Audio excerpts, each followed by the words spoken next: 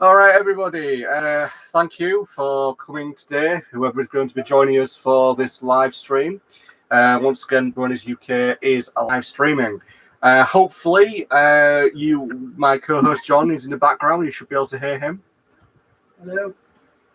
And we are going, hopefully, if this works, we are going to try and try and get Nosy in the picture if we can. Hiya, Ginger. Hope you're doing well, my friend. Good to see you again. Right. See if I can get this to work. I have no idea if this will work, but I'm going to give it a try. No, I don't want to send feedback. Go away. I don't want that. Oh, man.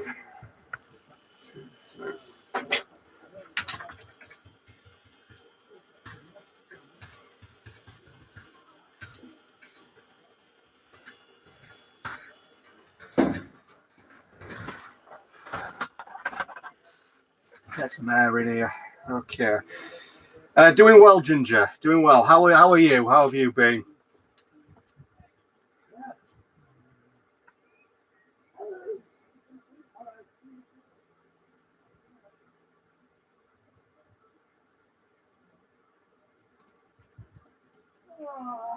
Still there, Nosy? Okay. I'm going to be back and forth a bit here. I'm just literally trying to see if I can get it to mirror the screen effectively. That way we'd all be able to see you. Yeah, no.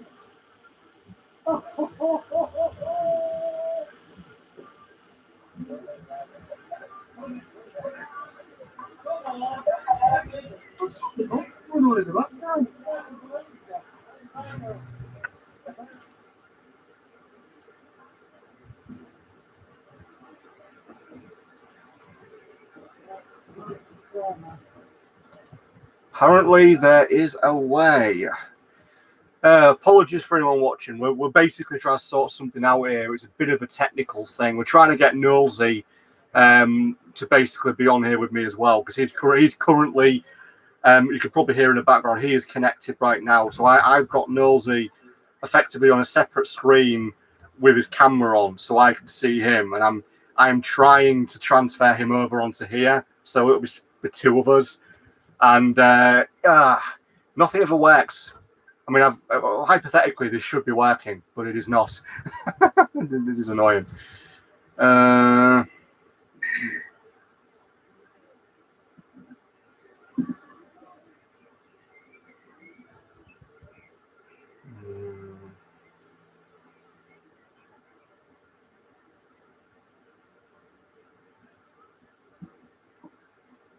Damn.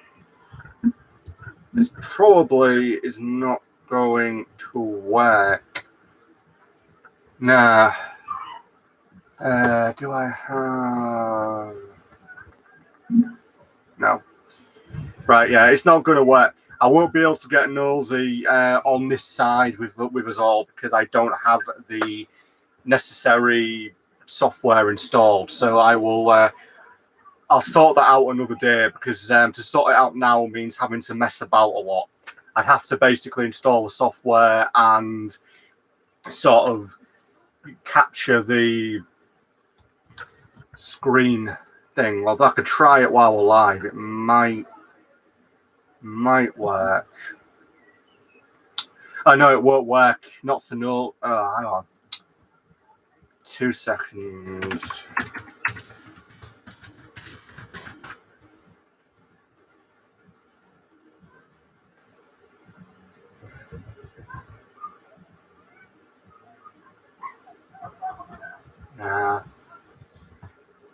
No.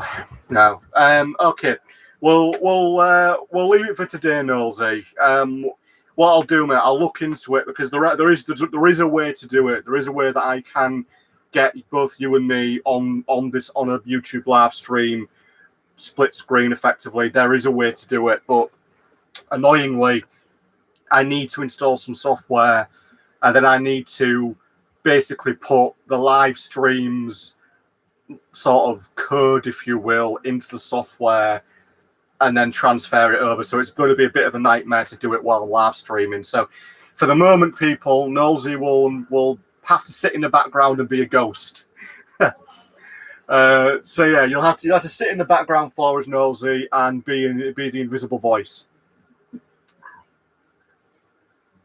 But yeah, so at least we have Nosy. But anyway, everyone, there is a few things I wish to talk about in this stream. For a start, I just wanted to give a shout out to one of my favourite Brony musicians, Prince Whatever, or Prince Whatever, as he's often known. I just want to say well done on all the music. It's fantastic. And your recent upload of your sort of redoing of the song Promises, which I absolutely love. Really enjoyed listening to that. So if you haven't listened to Promises by Prince Whatever, I highly recommend it. Really, really great song about believing in yourself. It's fantastic. As well, later this live stream, I am going to be doing a live review on some MLP merchandise that is currently sitting in a box just near me. As she arrived today. I haven't unboxed it yet. I know what it is. Something I've been waiting for quite a while, several months, but it's finally here. So I will be doing a review of that this evening on the live stream. Just something a little different. But yeah, so that's part of the plan for this evening. Also wanted to obviously discuss G5. And no doubt we are approaching every day. We are getting closer to the trailer, people. It's just a matter of time now. It's the 5th of June now. I am fairly certain we will have it by July. I think it's going to be July because that'll be roughly 2 months until, the film's release. So I think July is definitely we are going to have the theatrical trailer. So yeah, when that happens, we will be doing a special live stream for that. We will most definitely be doing that. And hopefully, if all goes well by that point, we might actually be able to share it up on here and discuss it. Obviously, we wouldn't be able to play it on a live stream, but we could at least do like screenshots of it. So yeah, we'll definitely be doing that when the time comes. So really, that's just what we're going to talk about really for probably the next 2 hours or so. We're just going to talk about upcoming things for G5 and also what's in the box. We're going to talk about that as well. So, as you may all have known from Nold's recent upload, we have got what appears to be the official theatrical poster for G5. So I think it is safe to say things are moving on with the franchise. Also, there is something about G5 I'm going to mention. I'll be rather honest. I've got a video. Okay, so basically, I have a video of, if anybody's aware, literally last week at the weekend, there was a digital event, MLP digital event. It was effectively an online convention. And part of that convention featured an exclusive interview with the Gen 5 head artist and character designer. They didn't go into a lot of detail because basically the character designer artist in question has a legal contract, basically a non-disclosure agreement, meaning they can't talk about anything to do with the film until after its release. It really just talks about sort of the characters, which obviously we already know about, so that the only thing they were legally allowed to talk about were just the character designs and bits and pieces that are already known. They did obviously talk about a lot of the leaks that popped up in the last sort of 2-3 years, kind of confirmed some were genuine, some were fake. Now, the reason I'm just talking about this interview is because I basically have a copy of the interview. I recorded the whole interview. Now, I probably wasn't supposed to do that, but knowing I kind of have a bit of a bad habit of doing things like that. And anyway, long story short, I have a copy of this whole 2-hour interview with the head artist, character designer for the G5 movie. Now, I am wanting to upload it onto this channel, but I'm going to wait. Largely because I don't want to cause any problems. Secondly, because potentially we could get into a lot of trouble if we do upload it, because we're probably not really supposed to have it. Short version, once the film's released on Netflix, I'll have a look. Yeah, that's the one I'm talking about. I'll have a look into whether or not to upload it onto the channel. Because, you know, yeah, because I've got a copy of that interview. Like I said, I'm going to wait. I'm not uploading it yet. I probably shouldn't, but I want to wait. When the film's released, I'll most likely see about uploading it, because by then it probably won't matter because the film will be out and we'll know about it. So I think it'll just be worth, keeping it under wraps, and then give it a couple of months. We'll upload it. We should be okay. But I'll do a bit of digging nearer the time, because if it's being uploaded already on the YouTube, then it should be safe for me to upload it onto this channel.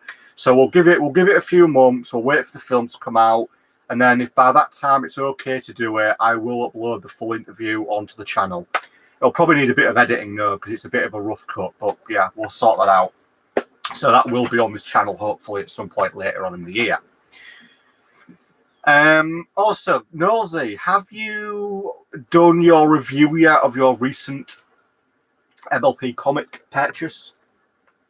No, not yet. I haven't even read it yet. Right. Well, no worries. But yeah, so Nosy's got himself some new MLP comics. So hopefully we'll be seeing that upload in the next few weeks. Though it does take Nosy about a decade per chapter. He's quite a slow reader. So if we're all lucky, he might do that review by the time we're all in our 60s. Yeah. We shall see.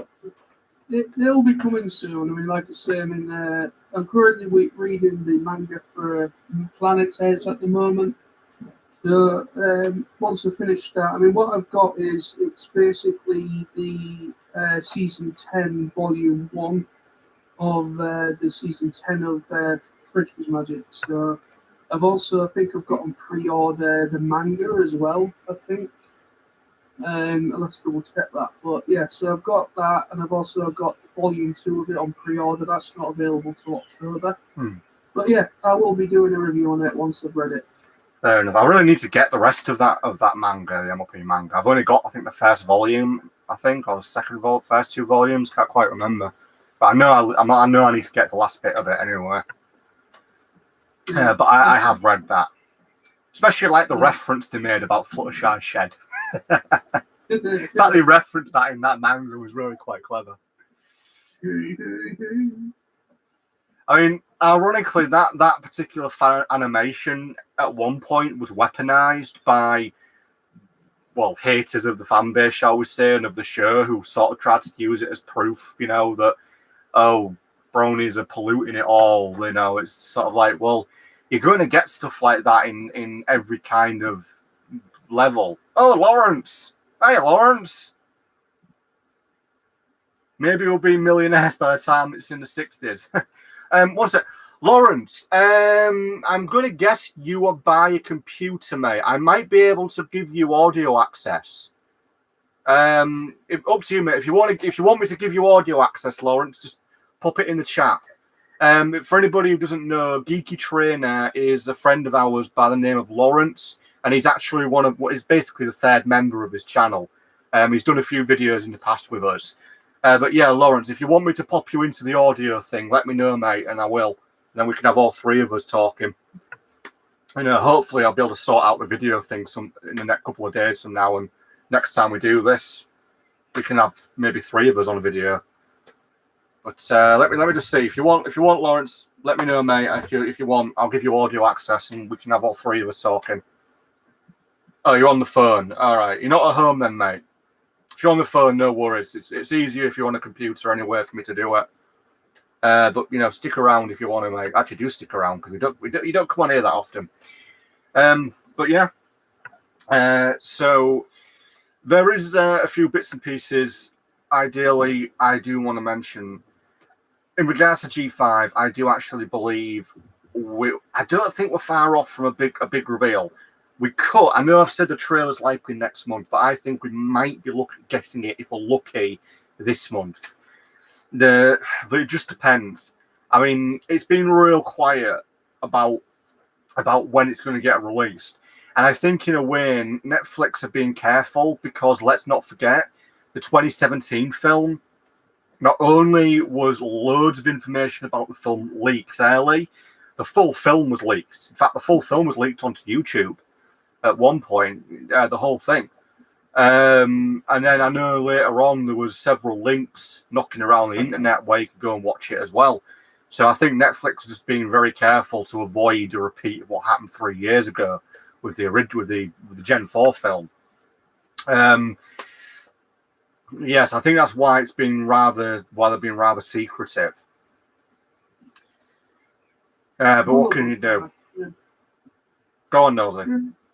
No, just saying, yeah, they probably have been much more careful because there was a series of leaks. Apparently the servers got hacked on a lot of different people. There was like a big cyber attack at the time, if you remember. Yeah. And a lot of information on future movies, live action, animation, MLP, whatever it was at the time, and it all got leaked online. And that's where we've got a lot of these weird designs of the main six, all like different designs, different, completely different versions of them and everything. But yeah, that's probably what they're doing. They're probably really keeping things purposely close knit to them because of what happened before. Yeah, very likely. Because I believe it was a German leak. I believe that's. Yeah, it was. It was linked into Germany. I believe because again, one of the weird things about the 2017 film was the release dates. They were heavily mixed. I believe America got it first. Then it was split over Europe and the UK by several weeks and months. So like Germany got it, obviously, I think a good month or two before we did. And yeah, the film itself got leaked from Germany. And then the big problem was there were some countries that wouldn't get the film until either Christmas time or even after Christmas. And obviously, by that point, it literally it's kind of like burnt itself out at the box office. So I know there was one country where it was literally only shown in a cinema for 1 week, and at selected cinemas as well. So it wasn't widely available for everybody in the country to see it if they wanted to. Because when the YouTube leaks happened, there was a lot of people talking about it on YouTube, and a lot of people were openly honest and just said, I've already watched the leak, or I'm going to watch the leak, because either the film it isn't due to be released in my country till sort of after Christmas, so I've got like 6 more months to wait, or the film isn't even going to be released in their country, or cinema-wise anyway, DVDs like later on. So yeah, that was part of the problem. So by doing a universal Netflix release for Gen 5, it's more or less going to be planet-wide at the same time, minus time zone difference. So it's probably why they've done it. It avoids any problems. Yeah, true.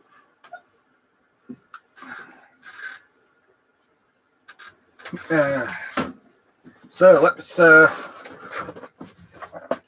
Here's the box, everybody. If you're all interested, I'm going to be opening this box soon, and then you'll all be able to see what's inside of it. And I can't actually see anything at the moment because I can only watch the live chat. If I wanted to if I wanted to watch along with you live time, there's no way to mute at the moment. It's weird.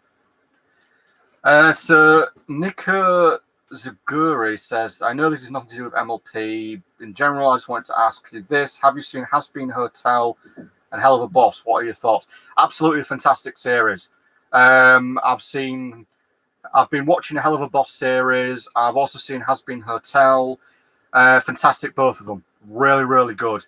And I know that Has Been Hotel's actually been picked up for a full series, so I am looking forward to that. So yeah, my answer to that question is yes. I'm a fan of both series, and I do follow them. They are very good. Yeah, I've seen them as well. Really both brilliant. I'm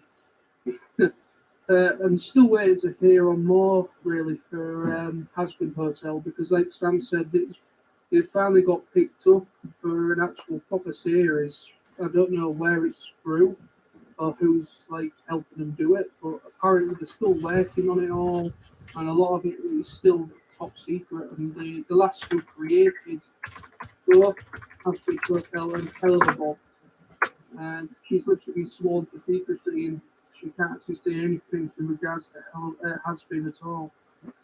But yeah, I'm looking forward to see what happens, because there's still a lot of characters and a lot of development for the world. And what's interesting is Hell of a Boss is actually in the same universe. They're actually set in the same universe, but it's more from a perspective of a different group of characters. So you don't know whether they might merge both series together at some point down the line. Maybe. I mean, if you watch Has Been Hotel pretty carefully, you will actually notice that I believe almost all the characters in Hell of a Boss do appear, well, at least in the background.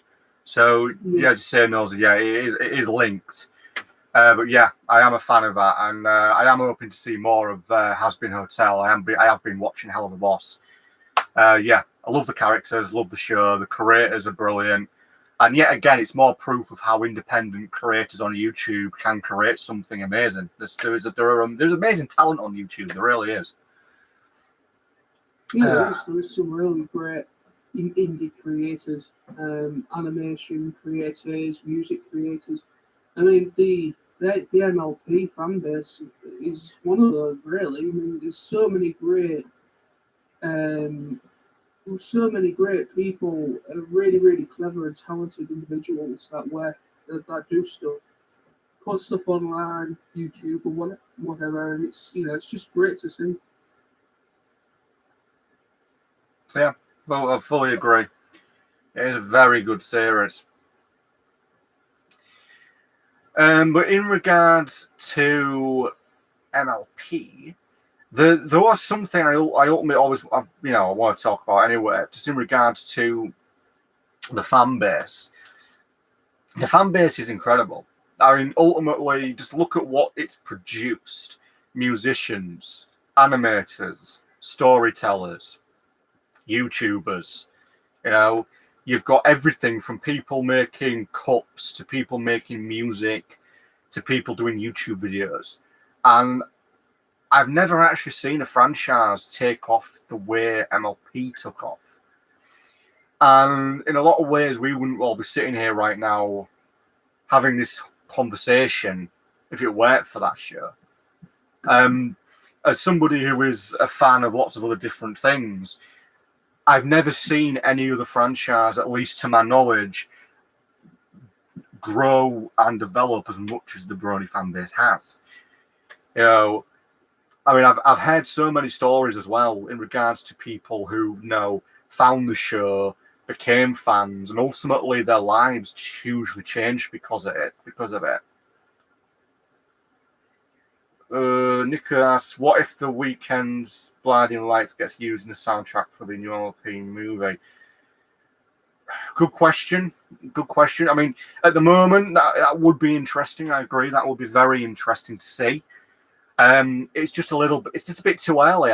Well, I say too early. We can speculate, but due to legal contracts, as we've discussed, nothing can really be said. But you never know. It's a good point.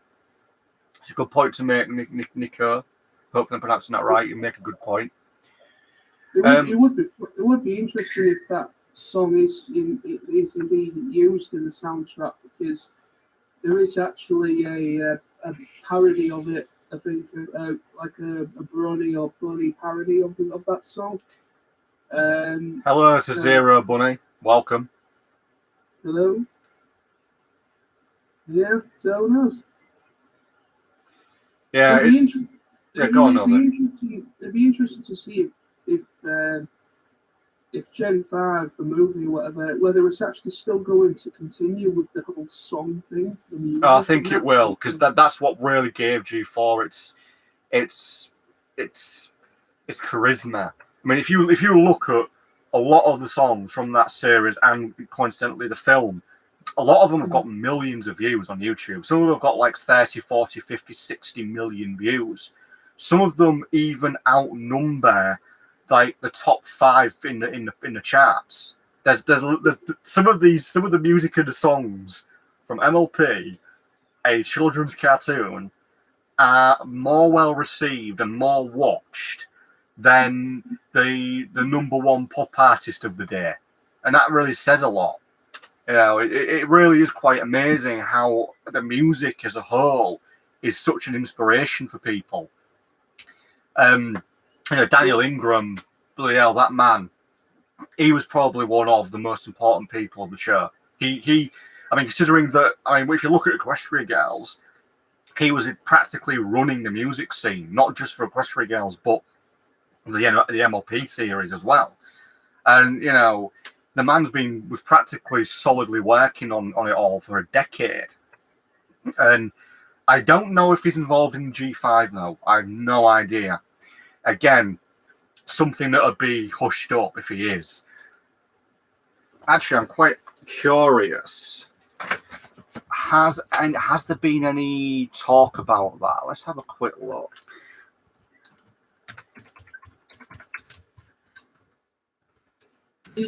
Nico just said, since we are talking about famous MLP music videos on YouTube, welcome to the show from Rainbow Rocks has over 200 million views. Yeah. And I say, well, I'm not quite surprised, to be honest, because that is one of the best songs in Equestria Girls.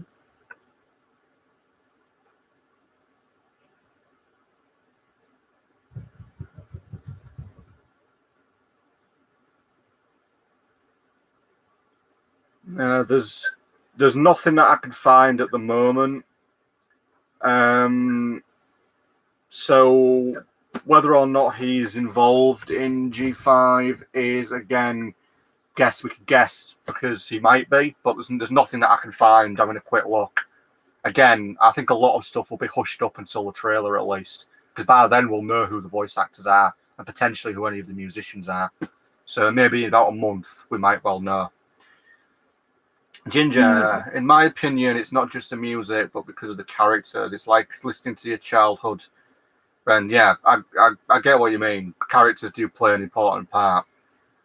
But you know, as Nico says, the music is incredible, and yeah, I think the Rainbow Rock songs in general have the highest sort of view rate, don't they? Let's have a look. If we bring it up, let's type it in here.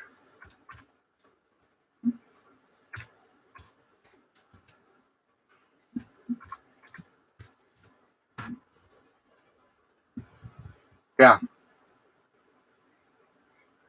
You look at all the songs, 10 million, 59 million, 9.5 million, 44 million. Wow.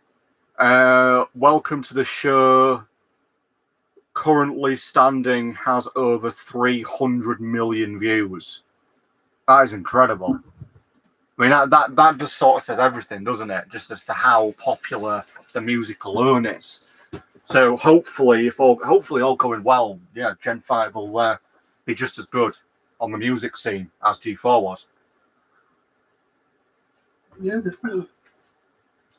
I mean, hopefully. I mean, like, it would be nice. I mean, I'm not all that bothered whether he'll be involved in G5 for the whole thing, or they'll just bring him on for, like, maybe more for the movie, because he did, like, the score and everything for the movie as well. Daniel Ingram, obviously. But, and yes, I agree. I agree with Zero Bunny. My opinion, Smile Song is the most wholesome, sweet song in the series. Yeah, the Smile Song means a lot to me, and I will explain that one day. Let's just say I want to have a long conversation. I want to do a video about that. There's a reason why the Smile song means so much to me and why it's a personal favourite of mine. I will discuss that in a video one day. Also, Lawrence has asked, do you think Equestria Girls will continue in Gen 5? Well, this is a question, Lawrence, that has been asked a lot. And from my own sort of research, here's the thing. As far as I'm aware, there is nothing new being said about Equestria Girls as a franchise. However, several months ago, a Barona YouTuber uncovered what appeared to be potentially some sort of test footage or in-work footage of Sunset Shimmer, Equestria Girls, and it appeared to be in an early render of the computer CGI that's being used in the Gen 5 film. So there's theories that maybe Equestria Girl is going to continue, but as of the moment, we don't know. There's no information on it. It's at the moment the show is basically dead. Or at least it's finished its run. But officially, it's never been cancelled. Officially, it's just sort of ended. So potentially, yeah, it could pop back up. It's for a 5th generation. It is quite possible. Well, yeah, like I was trying to say there, but basically, I mean, if Daniel Ingram, it would be nice to see if Daniel Ingram does return to do the music for G5, the movie, the series. But personally, I'd kind of be happy with him just coming back, maybe just for a couple of special songs, just kind of like where maybe like the odd song in the film, like the movie or whatever. He might maybe kind of help out at least as a consultant or something like that. Or basically, he might come back for the series. I don't know. It would be nice just to kind of get some inclusion of Daniel Ingram, because to be honest, I've not heard any music from him since the series ended. To be honest, but I do remember that somebody else took over from Daniel Ingram for the latter of the Equestria Girls stuff. Yeah, because he was working on basically all the later stuff in MLP, wasn't he? Yeah, so basically for the latter end of the Equestria Girls stuff, the series and any songs that was done, it was done by somebody else. So yeah, so it'd be interesting to see if he does make some kind of return. But I want to know if you don't mind. I want to answer Nico's question here. Posted a question asking, what was the episode that officially made you a brony? P.S. Mine was Perfect Pair. A great episode. Perfect Pair. Very good episode. With me, the episode that solidified my love for the franchise, that made me a fan, made me a brony, was Lunar Eclipsed. I've mentioned this quite a few times. Nosy no doubt knows because Lunar's my favourite character. Yep. That episode cemented my love of the franchise. Not only because it truly introduced Luna's character, but the episode resonated with me as somebody who has struggled with anxiety and social awkwardness. That episode I felt really reflected for me. I saw a bit of myself in Luna. And basically that episode, I watched that episode like 4 times the day I first watched it. And yeah, that really solidified me into the fan base. And from that point onwards, I didn't stop watching the show. I mean, before that, obviously I had watched season 1 and I liked it, but it was that episode that basically forever etched itself into me. That made me a fan. So yeah, that's my answer. Lunar Eclipsed. That's the episode that made me a true fan. Nosy?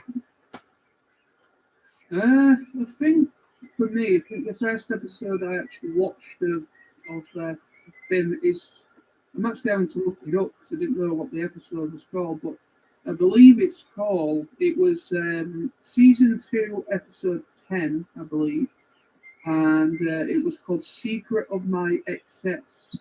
Oh yeah, that's the Spike episode. Yeah, it was a Spike episode where I think he's trying to make a cake for Rarity. and he keeps eating the gems, and he also gets greedy and he turns into a giant dragon. Yeah.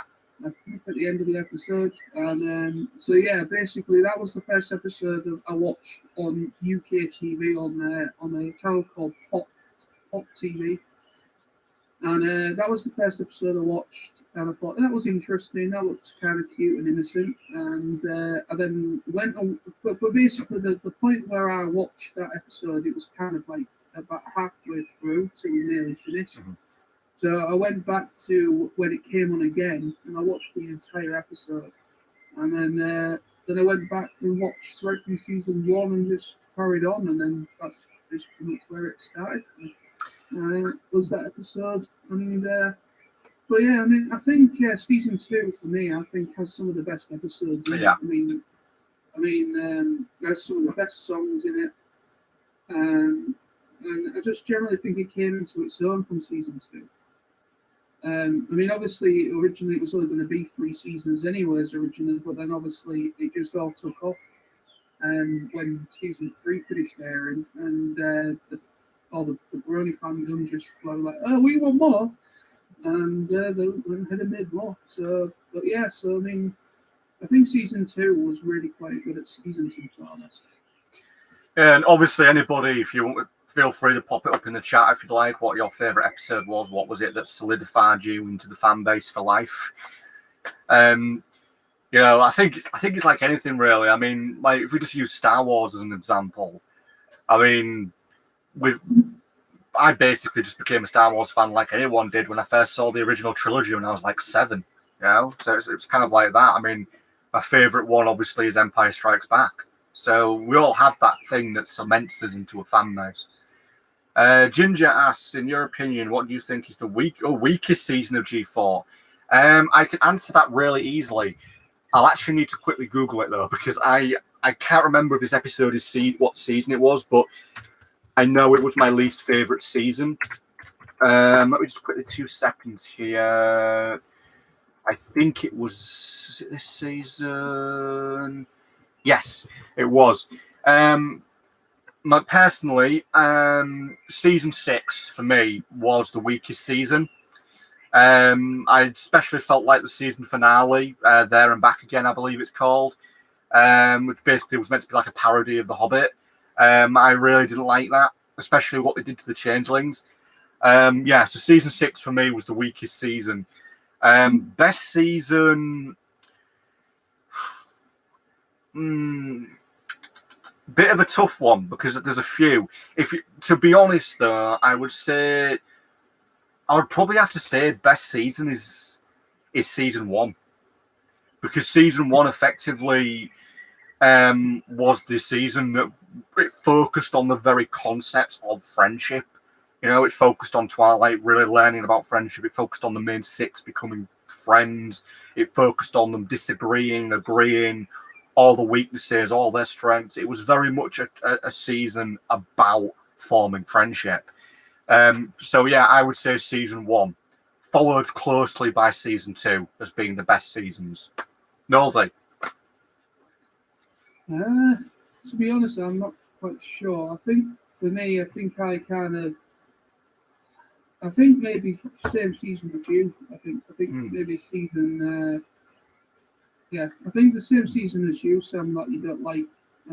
Probably one of them. Although Ginger pointing out, many say season 8 is the weakest. I understand that. I actually do understand that. I liked season 8, but I do understand why people would say it was the weakest, because although the ending was really nice, I thought the ending. Hang on, 2 seconds. Am I getting season 8 mixed up with season 9 here? I might be. 2 secs. I think I am, aren't I? Yeah, getting it mixed up with season 9 there. So I was thinking about season 9 for some weird reason. But yeah, with season 8, though, I can understand that. I think especially with Cozy Glow, because openly her character was sort of thrown in as being an obvious villain, and then they imprison her effectively in hell for, you know, not really doing a lot. She just sort of, I don't know, went a bit crazy. When, if you sort of think about it, nobody, I mean, Discord was never in, well, I suppose he was in prison, wasn't he? But ultimately, I know a lot of people ultimately sort of said, you know, she's a child. You've basically sent a child into hell as a prisoner for all time for kind of making a mistake.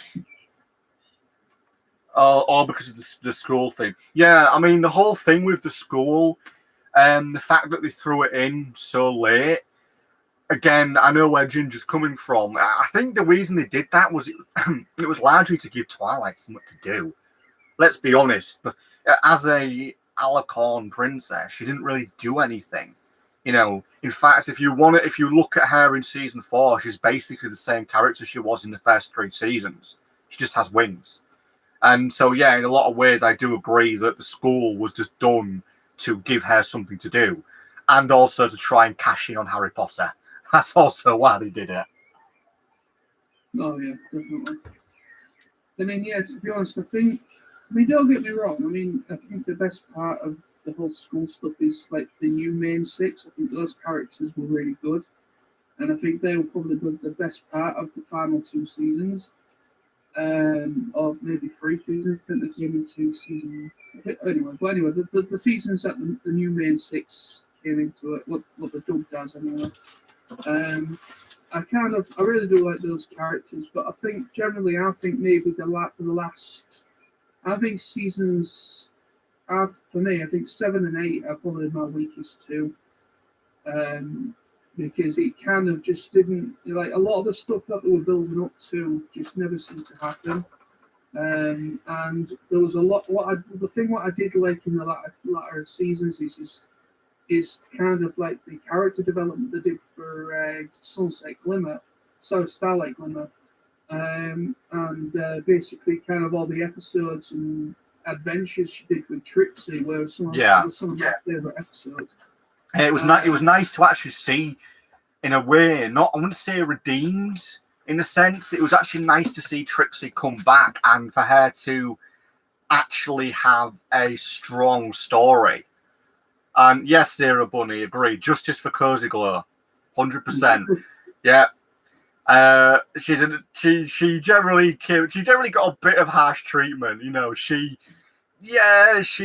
kind of trying to steal the magic of friendship, but at the same time, she was only a child. Surely something was more, better than sending her to hell. But yeah, justice for her indeed. So anyway, if everybody's ready, I'm going to open the box. I'm going. Oh. See anything, so whatever they say, double. Nosy, you can't see, but I am opening the box right now. That's good. Yeah.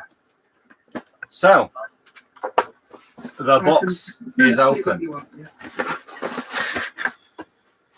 So there's the postal information. Ooh, I'm getting tingles. I've been waiting for this for about 8 months, due to the ongoing situation with the virus and everything. Overseas stuff has, as we all know, has been sort of delayed. So since this comes from Japan, it's been delayed by about 8 months. And basically, the UK place I bought it from had to ship it in to the UK, so I had to wait. Basically, like a good few months and then a few weeks as well for it to appear. So here we go. The box is bigger than I thought it would be, but right. I think I know what it is. There we go. And it is the Sunset Shimmer Beauty figurine. Words do not describe how happy I am that I own her. Sam, that is not only a nice box. Wow. Ginger called it. But yeah, so it is the Sunset Shimmer, the Japanese anime figurine. I now own her. I am really happy right now, people, to be holding this in my hands. Super, super happy. Wow. Honestly, where's that going to go then? I don't know. I don't know where I'm going to put her. But yeah, I'm really happy I've got her. Wow. Firstly, the box is amazing, and the figure just looks amazing as well. I didn't realise the quality of these was so bloody good. That is truly amazing. Absolutely nice. I will do a review. I will do a review, people. I'll do a video review for it. I can't really do it now because I can't exactly take it out of the box and I've already got the room to maneuver properly. I'll do a review later. But yeah. Sunset Shimmer Kotobuki figure is finally mine. Obligatory YouTube smile. Happy. Really happy. So happy. And I will do a review of her later. I'll probably pop it up onto the channel tomorrow. So yeah, that is a special unboxing for the channel, people. Really happy. So yeah, we will do a review of her later.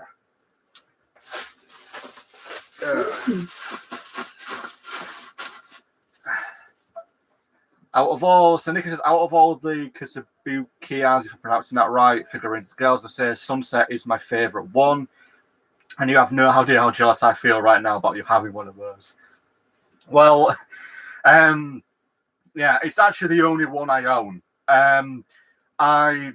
When they were first announced, I basically decided I'm only going to get my favourite characters. So I've got Sunset.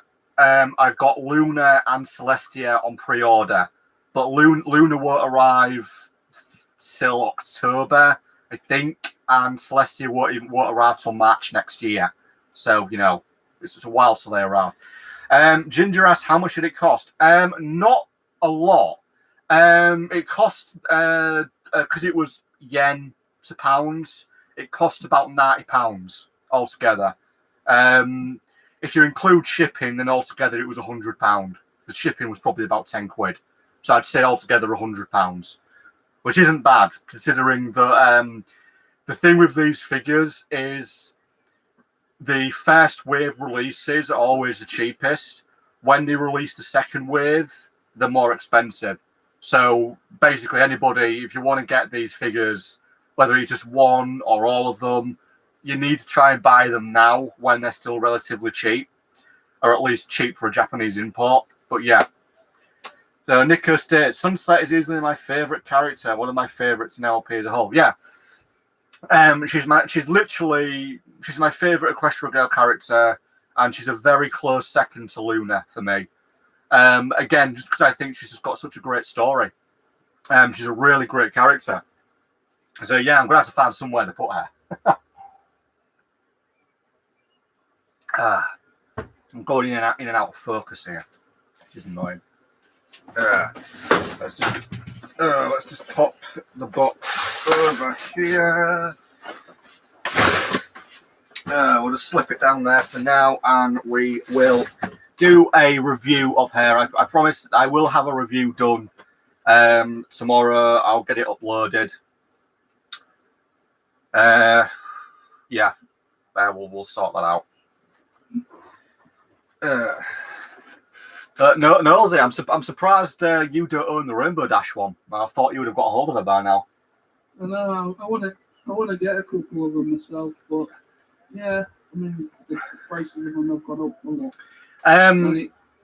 What I would suggest is if you can't find any through UK sellers, just look at the Japanese sellers. I can send you a few links if you want to some Japanese sites that sell them. Yeah. It kind of seems strange because apparently they've done reproductions of them, and a lot of them are only available in Japan only. Yeah, that's true. Yeah. But you never know. You never know if I go to an NLP convention sometime, they might have some. What I'm actually planning on doing later on in the year, just for a laugh, I want to get hold of basically a knockoff, because there's loads of knockoffs of these figures knocking about now, and you can literally buy them for about £15. So I'm kind of tempted to buy a knockoff just to compare it to an original and see if you can tell the difference. I'm going to assume, if anybody's familiar with Wish, the site where you can basically buy anything of a knockoff of anything, they literally have them on there, the knockoffs, and they're literally, you can buy them for like £15. I'm quite curious to see what the quality is like between a knockoff and an original. But yeah, I might do that for a bit of fun. Just buy a knockoff. But yeah, Sam is super happy. Nosy, get Rainbow Dash.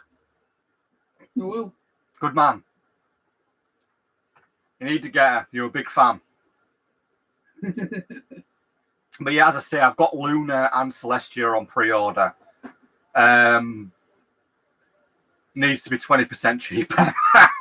Good one, Jim. Good one. Yeah. But Luna and Celestia will no doubtly arrive. Well, I think Luna will arrive October, I think. But I know the Celestia figure won't arrive in the UK till March next year. So I'll probably be waiting a while till I've got Celestia. But no doubt I'll do another little unboxing on the channel when I get Luna, but it'll be a few months. But yeah, so that was a nice little reveal for the channel. Glad you all liked it. Happy to have made a few people jealous.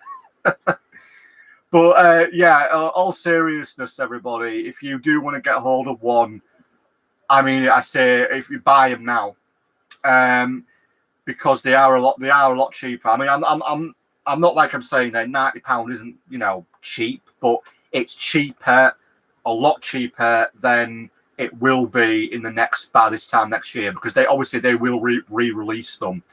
But they're also working on, obviously, because they're doing spin-off ones now, aren't they? Like the first one they've done is the Vocaloid crossover with MLP. They've done that one. So I am actually curious about what else they might do in this figure range.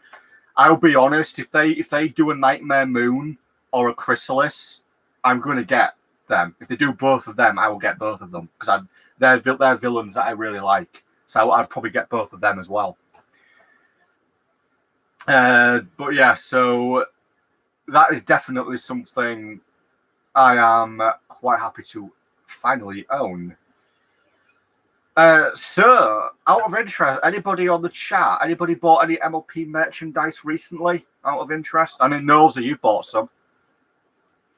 Oh yeah, so it's just that season 5, volume 1 book, graphic novel. That's the only thing I've got MLP wise at the moment.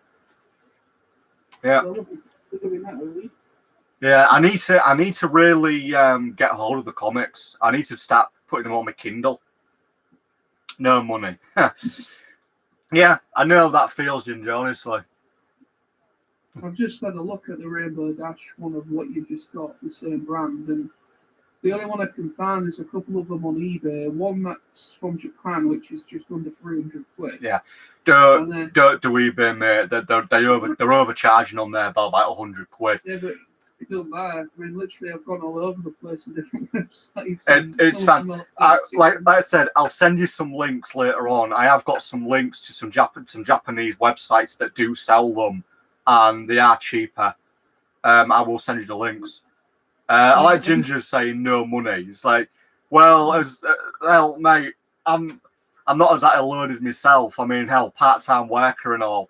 I'll be honest. The only reason I could afford to buy the Sunset figure was basically by sort of doing a payment plan. What I did was I basically put down a deposit to sort of reserve her, and then what was left over I then paid on a later date. So it gave me time to just put a bit of money away for her. It's basically how I do most things at the moment. It's easier for me. I wish I pre-ordered a couple of them off of Kapow because they were selling them. But bloody, I sold out real quick, didn't they? But like I said, mate, I will send you some links. I have got some Japanese websites I know about where you can buy them on there, and they are cheaper. The only thing is, you'll be probably going to end up paying a little bit more on import fees. Yeah. Because the only downside is some places now they're shipping through third-party couriers, so they're charging more than normal for import. Yeah. Of course, with Man at the moment, it could be delayed as well because of situations there. Yeah, well, like I said, man delivery was delayed by quite a few months, ultimately. Because I got mine off. 1 second, I can't remember I've got it saved here. Let me just copy it, and I'll pop it onto the chat for everyone. I mean, this is a UK site. So, feel free to have a look. They're out of stock at the moment, but you never know if they're going to restock. Nico says, ever heard what Sunset sounds like in Japanese dub for the EQG? No, I haven't actually. Don't know what she sounds like in the Japanese dub. I would assume it's a different person doing the voice. Well, yeah. It's Japanese dub, so it would be. But no, I don't know what she sounds like. I could have a listen later on, though. I can't do it on here because, copyright and all. All right. I imagine it might be a little bit odd. So I do know some Japanese characters and things. Even names can be different. Oh, man, I wish this camera would stop focusing. There's a focus issue with that webcam. I am actually planning on getting a new webcam at some point, so I can get one that's, a bit different. I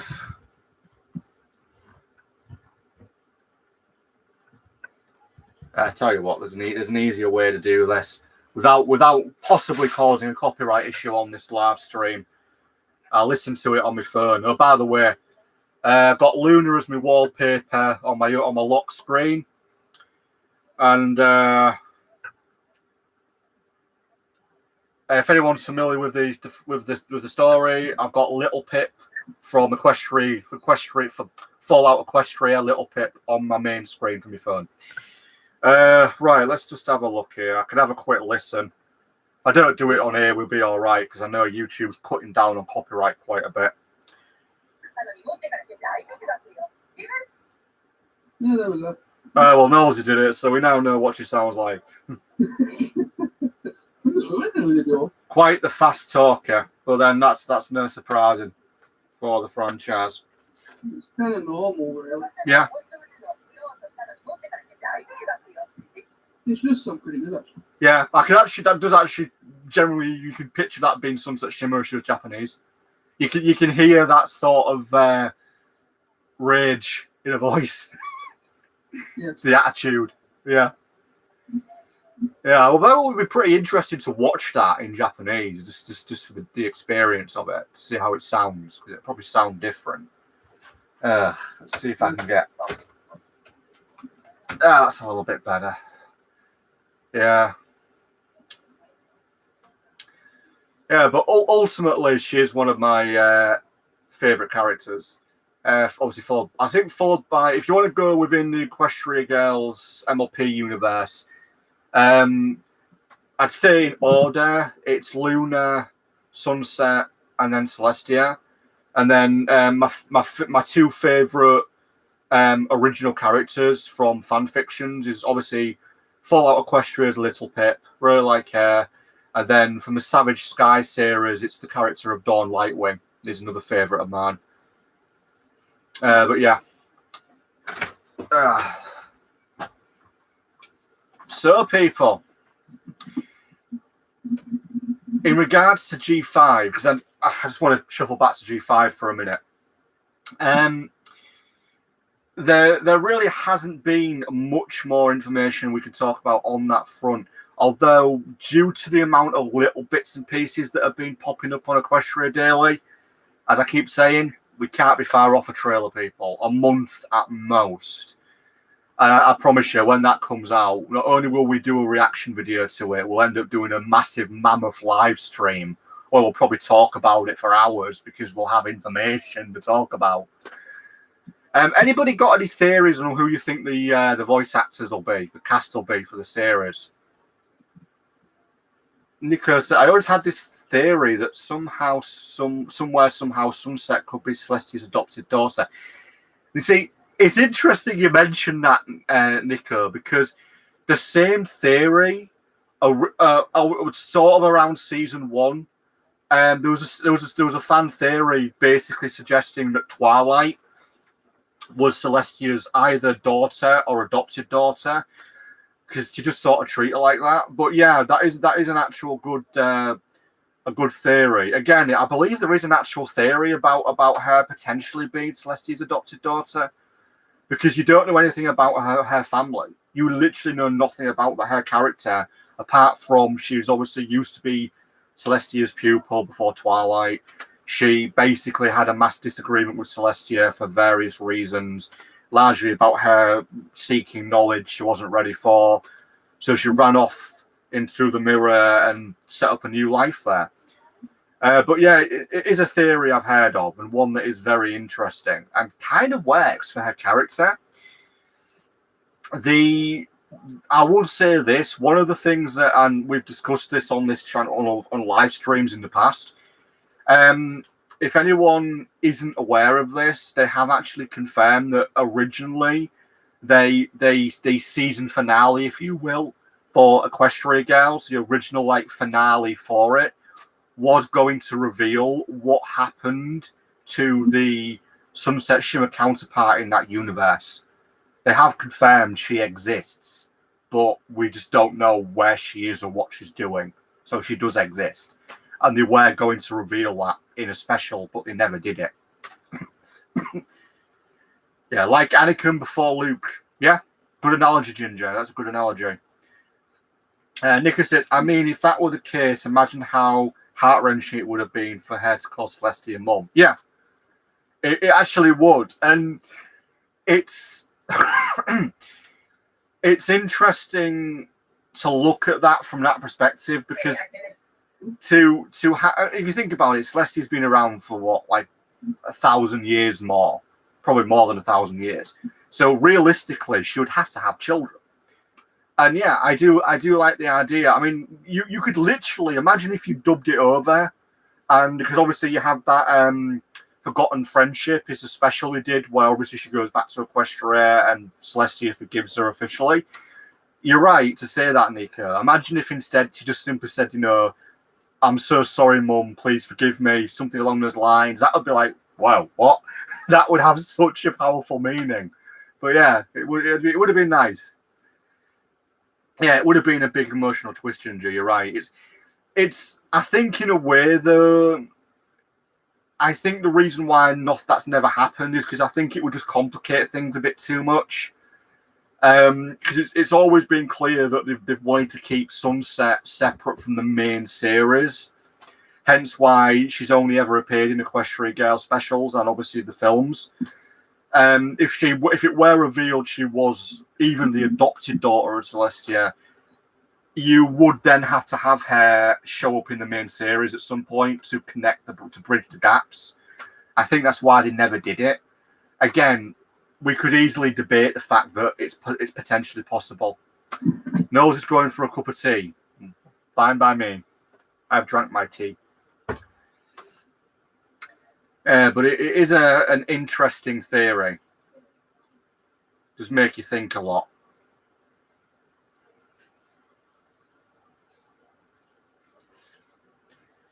I mean, I know. Regarding. So Nico, it's a damn shame how we never got a chance to see the planned final for EQG. Yeah, the idea of having a human sunset in the human world is a good one in my eyes. Yeah, it is. I mean, as mentioned in the past, this was officially revealed a few months ago by, I believe, one of the writers for Equestria Girls, who did say they basically have it that special, that finale written. It does exist. All they didn't really give the plot, because I don't think they can, but they just basically said that it sort of evolves around the concept of her character sort of being hidden away, if you will. But yeah, it is a shame that never happened.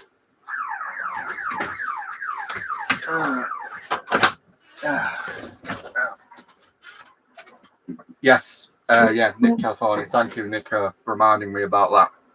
It was. Somebody breaking into your garage? No. No. Breaking into something?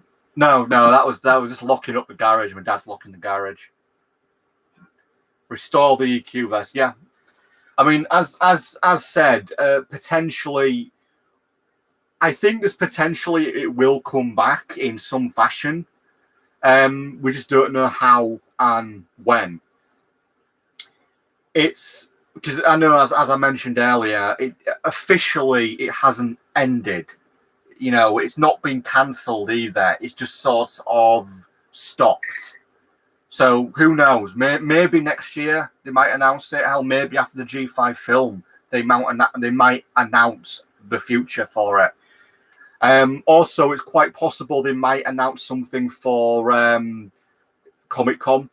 Because obviously, they're having a virtual Comic-Con, San Diego Comic-Con, in about a month, I think. So maybe they'll announce something then. Potentially, they might actually release the G5 movie trailer then. That would make sense. Netflix might release it then. But it is a shame in a sense.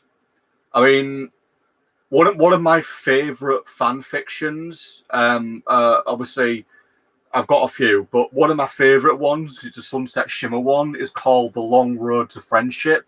It's a really, really good story, and it's just all about Sunset Shimmer making friends. It literally picks up right where the first Equestria Girls film ends, and it's almost like an alternative story to Rainbow Rocks. It's a really good story. I highly recommend it. If you're a fan of Sunset Shimmer, you need to read it. It's called The Long Road to Friendship. It's a really, really good story. I actually own the physical book to it. What I'll do as well, let me pop it up on here.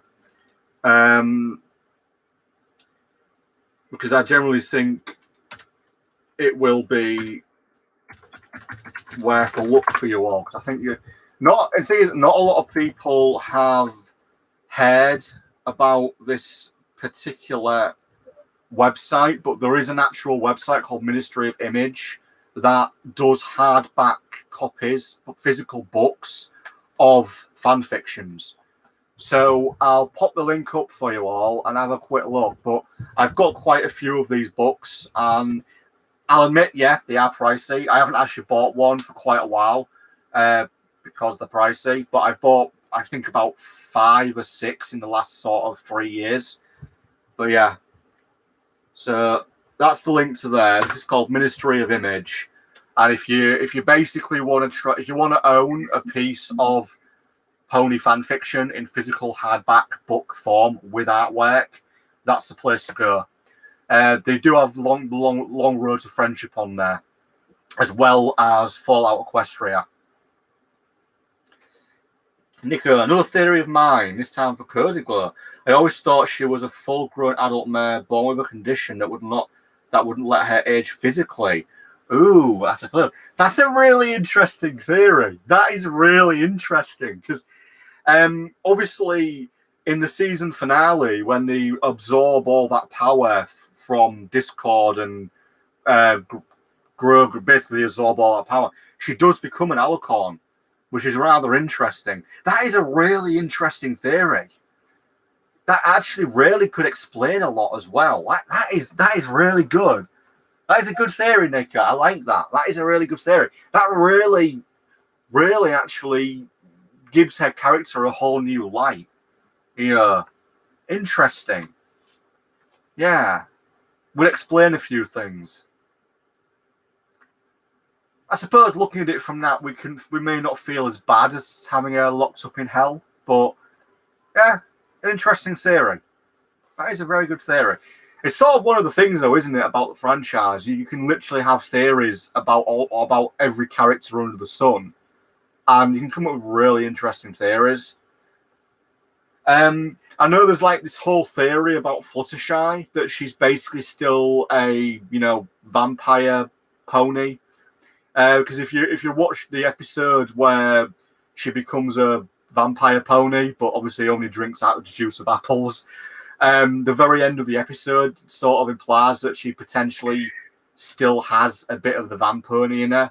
So I know there's this whole theory that Fluttershy is secretly turning into a vampire pony or Flutterbat on a night. There's a theory for that.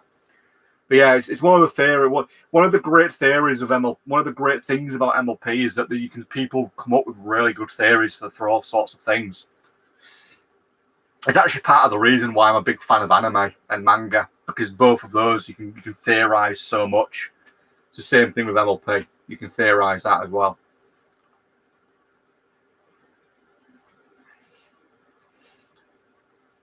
Imagine, and Ginger states, imagine if she fights the villains in season 9 finale with vampire powers. Yeah, yeah, that would be quite interesting, Ginger. Very interesting.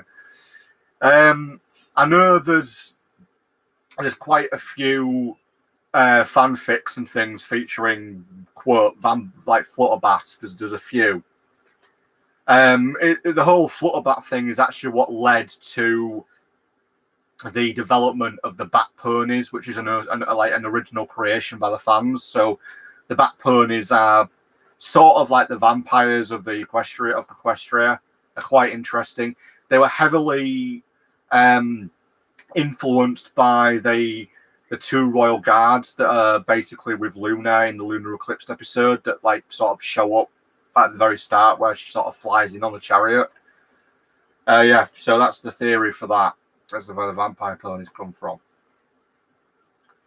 Obviously, we've also got the Doctor Who's character, who is effectively the pony version of the Doctor. And then also Rick and Morty as well. Because I don't know what season, I think it was season 8, I think, where they basically put the pony versions of Rick and Morty into an episode in the background. So they technically made Rick and Morty sort of a canon thing for MLP.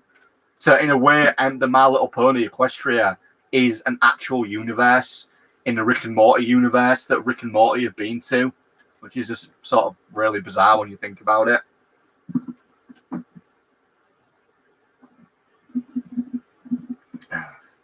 So, Nolsey, what are your thoughts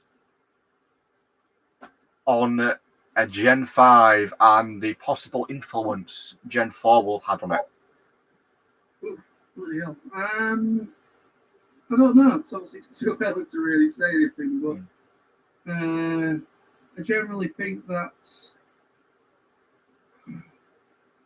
So we're talking about Equestrian Girls only, are we?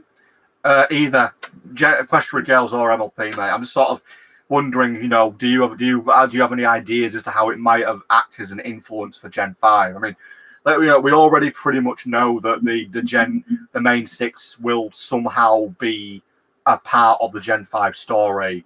So, how do you think the influence will be there? How will it influence the story? It's interesting because obviously we already know, I think you've obviously said anyways, but we've all said this a few times, obviously it's obviously still within the same continuity, it's in the same world. So I genuinely think, depending on how much of a time gap between where obviously Twilight becomes Princess of Equestria and all that, it kind of depends on how far ahead in the future it is. So obviously they've got technology now, like mobile phones and alarm clocks, and they've actually got things that are actually electrical appliances rather than used in a magical, obviously fueled by magic and all that.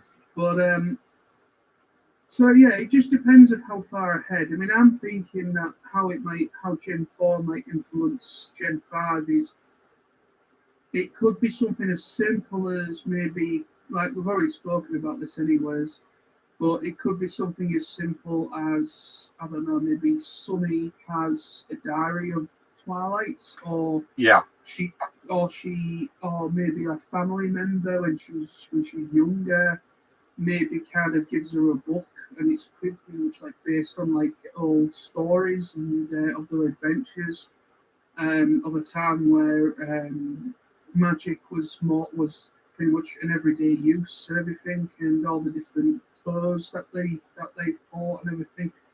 And so you don't know, it could be just something as simple as that that kind of gives us a bit more. It kind of keeps us on that point of, oh, well, okay, we're still there then. You know, their legacy lives on within books, within stories, within possibly become legends, kind of like these stories that you would tell your kids around a campfire, or to put them to sleep on a night or something like that. Maybe it's just been turned into something as simple as that. But then as they kind of go on their own quests in the movie and in the series, maybe they either meet some of them that are still alive, maybe Spike, maybe Twilight's still alive because she's obviously now a princess and she's fully become one of them. And we don't know really. We just don't know. We just don't know. It could be something like that where the influence is there. And maybe there's a couple of characters that they might meet that knew them personally, and kind of like help them on their search, help them on their adventures. Maybe you might get Sakura. Maybe Sakura is somehow still alive. Because obviously Sakura, she obviously I don't think she will be alive then, because obviously she was older than the main characters, anyways. Um, I don't know. I'm thinking that something around the lines of maybe Spike's still alive because obviously he'll be fully grown. Um, so and obviously dragons in that world do live pretty long lives, and maybe there's I don't know. So I'm thinking that there might be someone or a couple of characters that might make an appearance. It just generally depends of how far ahead in the future it is. Whether I mean, if it's only like maybe about 10 years or something in the future, 15 years, 20 years, something like that, then most of the characters might still be alive, but will be pretty old. Maybe around about the age of Granny Smith or something like that. I don't know. We just don't know how it's going to influence. All I know is that all we can really go on is the information we've been given already.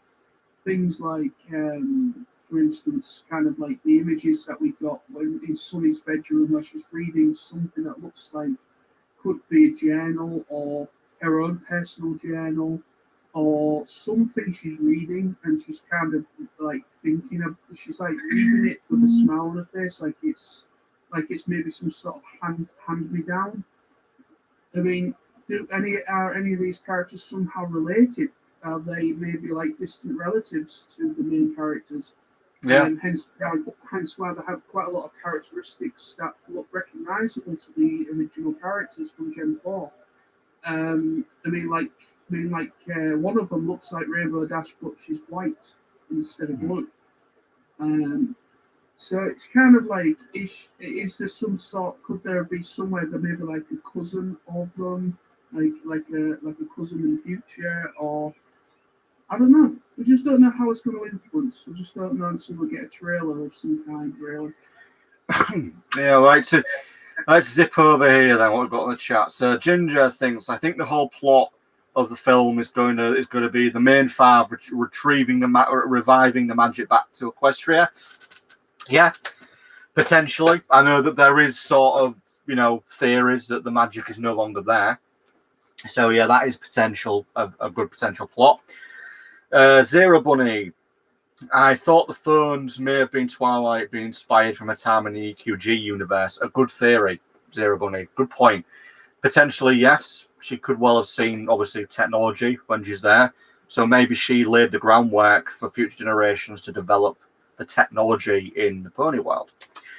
And Nicker, I've got to agree with his statement here. Yeah, I know it really sucks how we won't get a chance to see the G5 movie in theaters like we were supposed to. And this makes me realise how much I despise COVID. You and me both, mate. I know COVID. I've had enough of COVID. I had enough. You know, it's delayed my life by 2 years, really. You know, I had stuff that I was supposed to sort out last year, job wise, that isn't going to happen now for maybe another year. It's delayed a lot of stuff for a lot of people. And Ginger says, "I'm sorry to say that. I'm just so mad." No, say what you want, mate.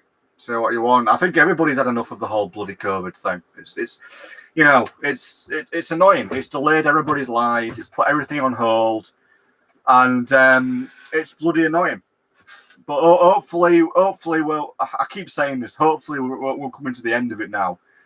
It just feels like most governments are unsure due to all the bloody variants that keep popping up. And not to go on a tangent about it, I don't really want to. But yeah, I'm fed up with it myself, mate. Absolutely.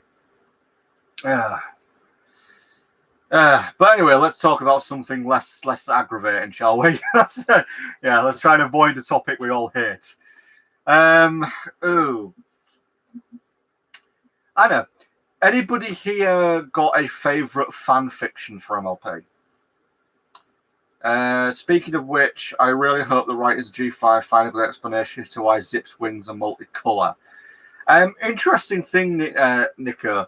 There's an early design of Rainbow Dash that was originally going to be in the 2017 G4 film, and her wings looked a lot like Zip's wings.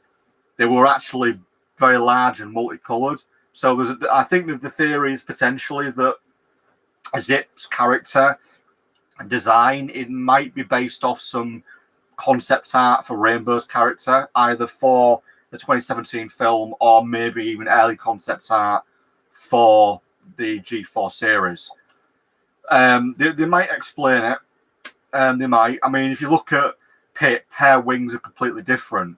They're smaller, they're fluffier, whereas Zip's wings give a heavy impression that Zip is a strong, fast flyer, especially when she's A, called Zip, and B, does have a bit of Rainbow Dash in her design. But then if you look at all of the main five, they all have a bit of the main six in them, or even a bit of other characters. I mean, with Sunny, I always, whenever I look at Sunny's design, I always see a bit of Apple Bloom in her. She generally looks like she's based off Apple Bloom's design, but obviously older. I mean, she's an earth pony as well, so, you know, there's that theory. Yeah. It's certainly going to be interesting, and I just thought, after all this, us talking about it, that it is actually good, and it just doesn't go into the whole woke territory. Nah, I don't think it would. It's to be blunt, the only places that's happening is in sort of your mainstream cinema stuff. Yeah, that's a whole nother thing, mate. But I don't think it'll happen, not with MLP. Yep. Nico, now you mention it, what if Zip turns out to be a descendant of Rainbow Dash in some way, or Ginger Sticks, or just represents her? Again, there are theories that the main five are somehow descended from the main six in certain ways. For example, Hitch, Trailblazer, there's a theory that he might be related to Twilight, or at least related to Twilight's brother, because his cutie mark is very similar to Shiny Armor's cutie mark. Or again, it could just be that, as Ginger says, just maybe they just represent the main six in maybe their attributes, or they represent them by the elements. Yeah, there's the potential's there. I do think potentially they're either going to be linked into the main six through descendants, or just by mirroring them in the future. There's a lot of theories about that. And as I say, Sunny does look quite a bit like an older version of Apple Bloom. If you sort of look at them side by side, they look similar. So I'm curious if, because she's an earth pony, I'm curious if Sunny is a descendant of Applejack. I'm just curious if that's possible. Yeah. I mean, like I said a moment ago, I mean, by all means, it could be something like that, where obviously you could be somehow related to these characters, because as you've already said and discussed, and people said in the chat, it's just kind of like a lot of their designs and the cutie marks and everything about them, they've got certain aspects about them that kind of remind you of the original characters, but they are their own characters. So it kind of makes you wonder that maybe they are some sort of distant relations, maybe cousins, maybe I don't know, because we just don't know that much about Twilight. If she met someone after she became princess of the Equestria or whatever. We don't know if she met somebody or someone and she had maybe her own kids with him. I don't know. We don't really know that explanation, because the way Gen 4 ends is that she's been in power for a little bit. Maybe maybe a good 10 years she's been in power for at that point. Because obviously the palace got destroyed in the last skirmish between Tyrek and all that, and so we can only assume she's probably only been in office or ruling for a short period of time. She wasn't exactly elected by vote, mate. But yeah, I get what you're saying there. And I'm just saying that obviously, like the way that it like ended was that obviously there was the whole skirmish, wasn't there? The last skirmish with Tyrek and all them lot, and got 10 to stone, and then obviously there was kind of like this thing where you just didn't know whether she did meet somebody. You know what I mean, like personal wise, Yeah, true. But we just didn't know that, so we just don't know whether one of these characters could be, I don't know, somehow related to Twilight, or the others are related to like Rainbow Dash and whatnot. But I don't know. I mean, like Ginger states, it would be weird if they just randomly stumble upon each other and later find out they're descendants of the main six. Wouldn't that be bad writing? To an extent, yeah. I mean, I don't think they'll do anything to sort of poorly executed. Hopefully they'll build something up if that is the problem. Nicker, I've got a feeling the flying Pomeranian is going to be like the dog version of Sisu from Raya and the Last Dragon. Oh no, don't. Oh man. I have to say that film was a real disappointment for me.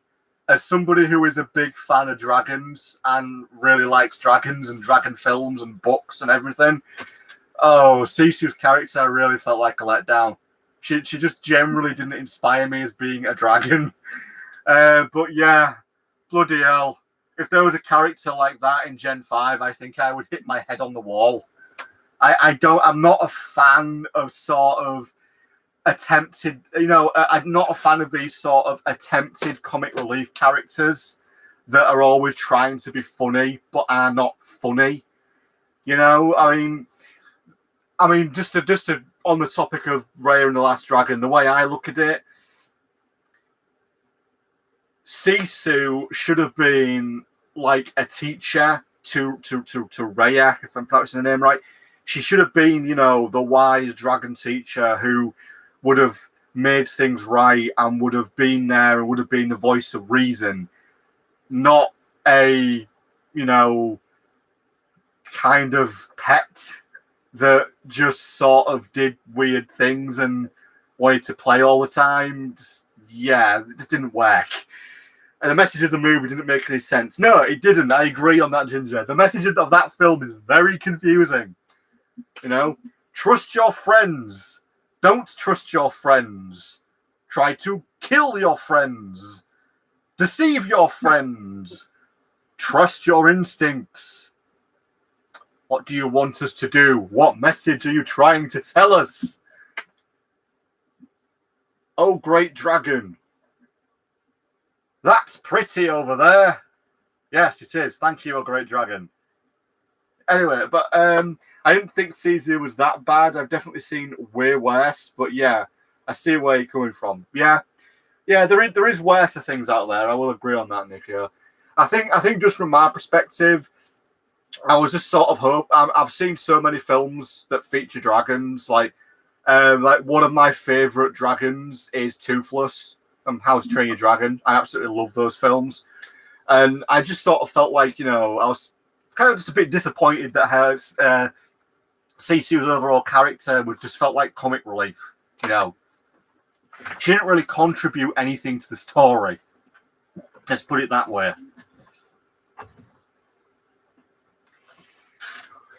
Speaking of contribution characters, anybody have like a least favorite MLP character that you feel never contributed anything to anything, any of the episodes, stories, seasons?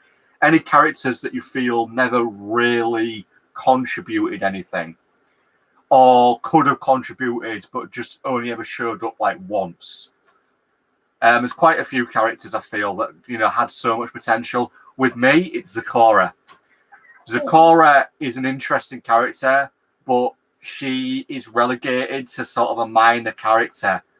She shows up now and then, gives a bit of advice, brews a potion, but ultimately she was very much a minor character who just did nothing. And I always sort of wished he could have done more with her character. In a lot of ways, she wasn't a useful character, let's put it that way, to not sound a bit mean. I mean, if you look at the season 4 opening episodes, she just shows up randomly with that potion that just so happens to give Twilight visions of the past. My question to her is like, where have you been for like a whole season? I don't think she pops up in season 3. So yeah, Zakora's mine, that character. Zero Bunny says Cadence. Yeah, I can understand that. She's again doesn't really do a lot, and overall should have been, I think, more important. She only really has one episode where she's sort of an important character. Worst one for me was Sven Gallop, Spoiled Rich. Yeah, again, don't do a lot. Again, has like one episode out of 9 seasons where they sort of are remembered that they're there. Although Crusaders of the Lost Mark is one of my favourite episodes, I will say that. What do you guys think of Minty from G3? She's my favourite from that gen.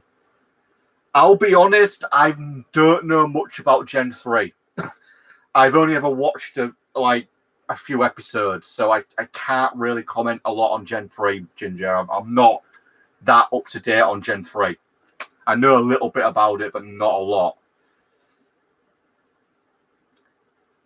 Fluttershy, I mean, with Fluttershy, Ginger, I think the issue with her character, although she's sort of that character that everybody likes, she's also that character that just keeps on learning the same lesson over and over and over again.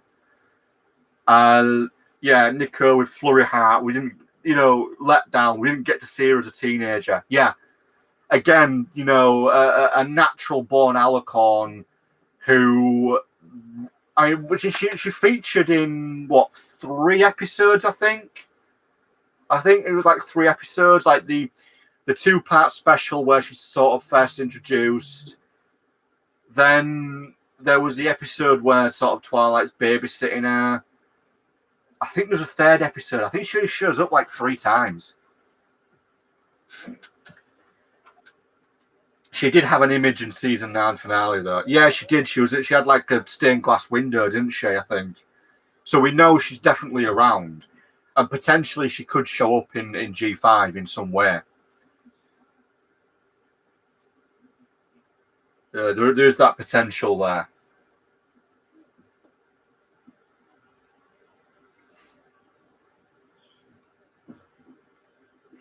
What about you, Nosy? What? Oh, do you have a character that you feel didn't contribute anything? I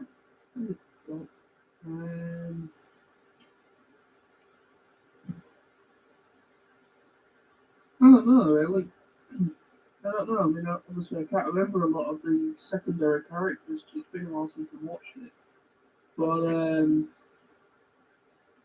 I don't know. I think one of the characters that I think just didn't really contribute much to it was a character that me and you really wanted more from and wanted more involvement for, and I think that's Spike.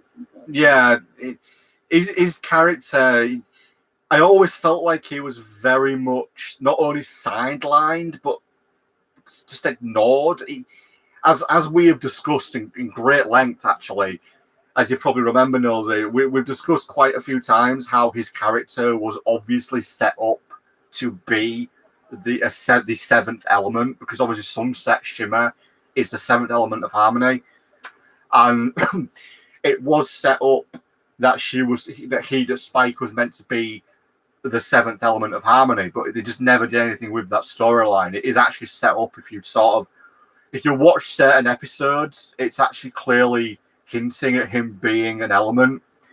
And yeah, I agree with you there, Nosy. It's annoying that they never did anything with his character.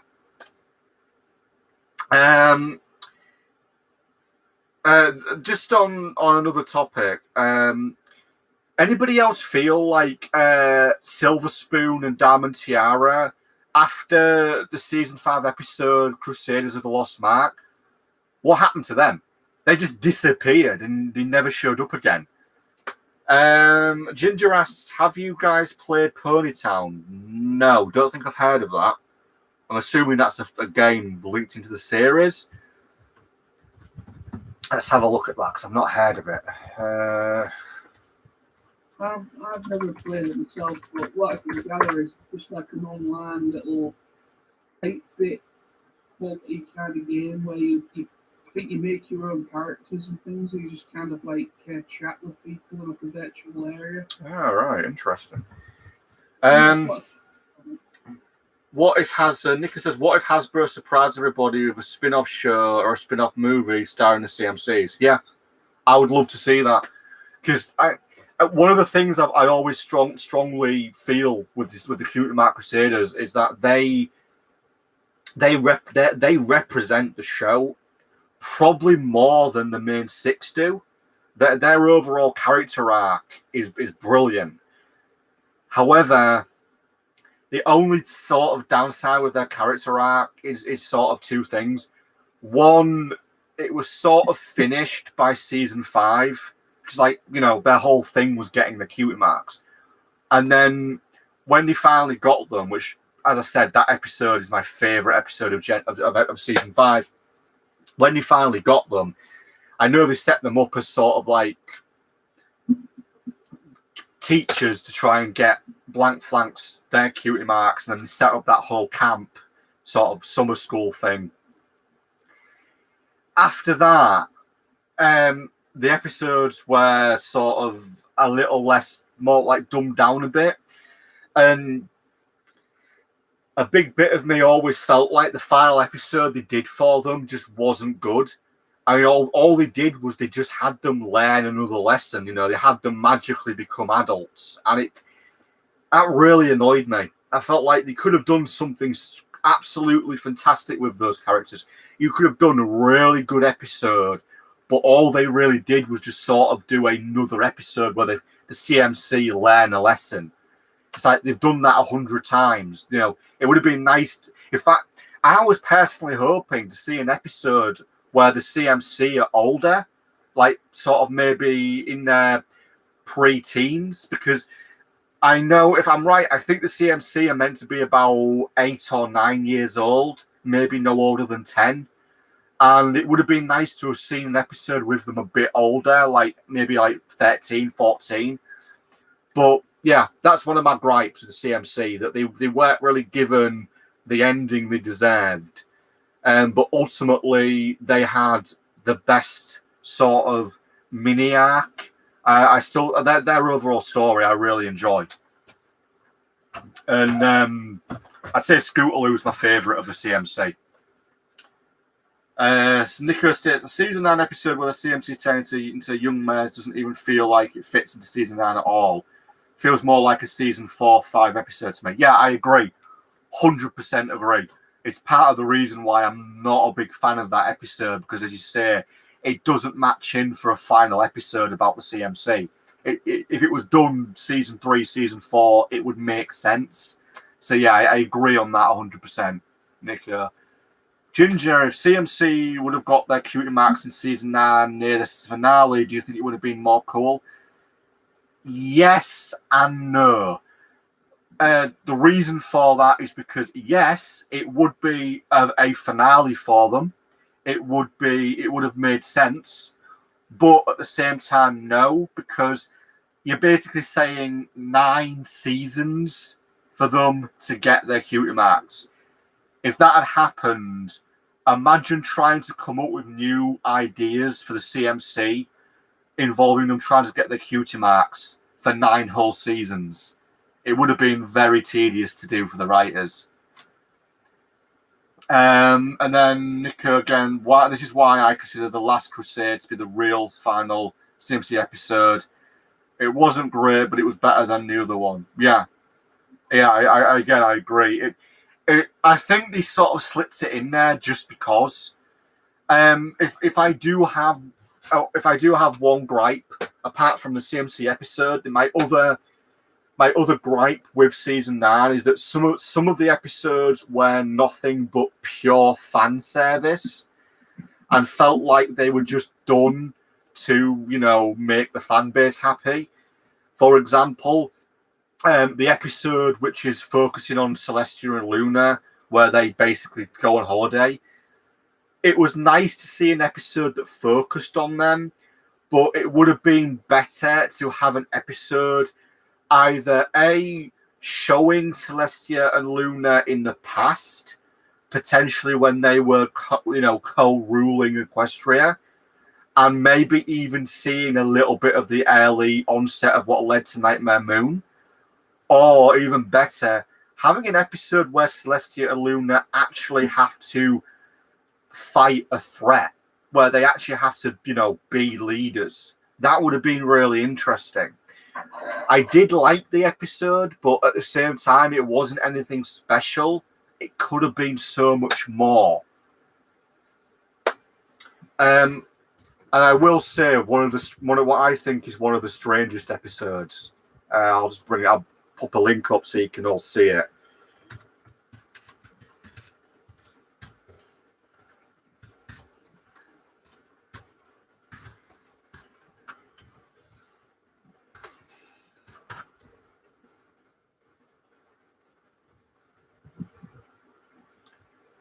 Hang on. I'll find it.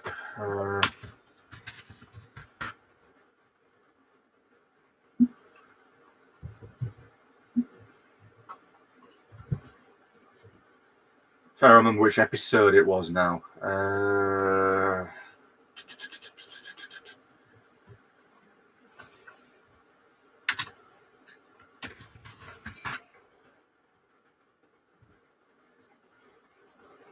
That was it. It was no. This is really annoying me. I hate it when I can never remember the name of an episode. Hang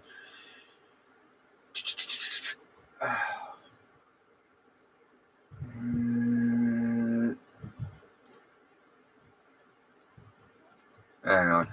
Might find it if I check here. Oh, that was it. Okay. Yeah. So.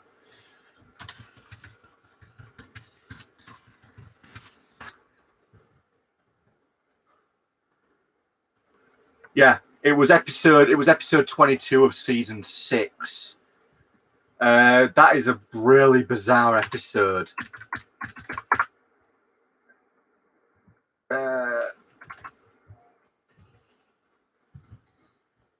Let's have a look. I was trying to remember the. Yeah, it was called Pony Point of View. That was a really, really bizarre episode.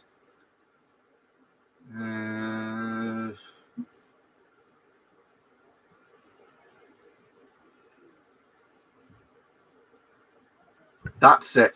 It's the episode featuring the tri-horned Binyup, which is the strangest thing I think the creators of the show ever came up with. It is just weird. So strange looking. I'll pop a link up. You probably all remember it. It's just the strangest looking thing ever. Right, let's just catch up here. What have I missed?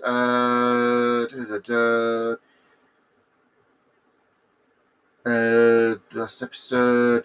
I don't think there was an episode. Nicola says, I don't think there was an episode that in the show that was straight up infuriate me as much as the non-complete clause. Everything in that episode was horribly wrong. Yeah, I can get you on that.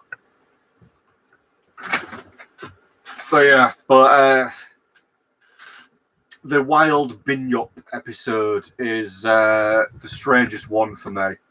I didn't copy through. But yeah, it's basically the episode where that ship sinks and then you've got the tri-horned Binyup. Or it's Pony Point of View is the episode. It sort of looks like the Loch Ness Monster, but if the Loch Ness Monster was a really bizarrely cute dog-like creature that was also part dinosaur. It's really weird. It's the strangest thing I think the show ever came up with. The tri-horned Binyup. It's really weird. The non-complete clause, yeah. Is that the episode I think you're talking about, Nico? Let me have a look. I think I know the episode that you mean, if memory serves me right. Cause it's been a while since I've actually watched a lot of the later seasons. Because basically, I do have almost all of the all of the seasons minus season 7, because season 8 and 9 for some reason are not available to buy for some weird reason. Yeah, I remember that episode. Yeah, non-complete clause. Yeah, I know which one you're talking about.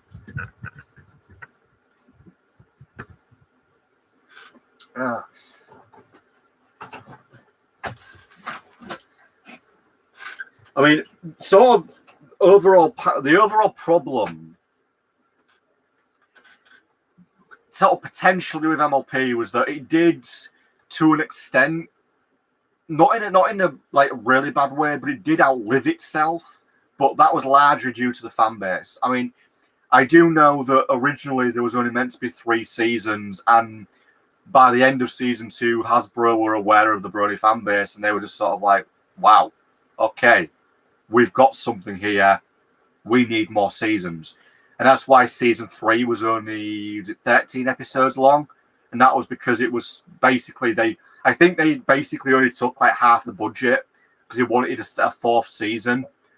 In order to do that, they had to trim down season 3.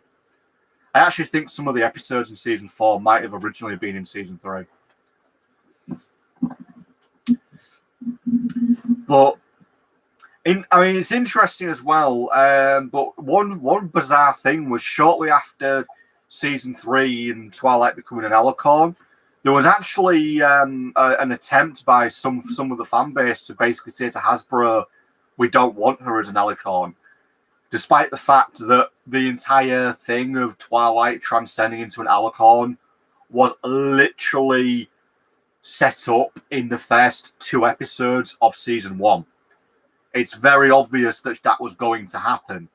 You know, considering that the element of magic was a crown, it was very clear that she would become an Alicorn. It didn't surprise me when it happened either. I mean, because the Crystal Kingdom episode, Celestia more or less just says, Twilight's going to become an Alicorn. She basically says that in that episode. What do you think, Nolza? What? Do you think it was, very obvious that Twilight was going to become a Alicorn? Kind of, yeah.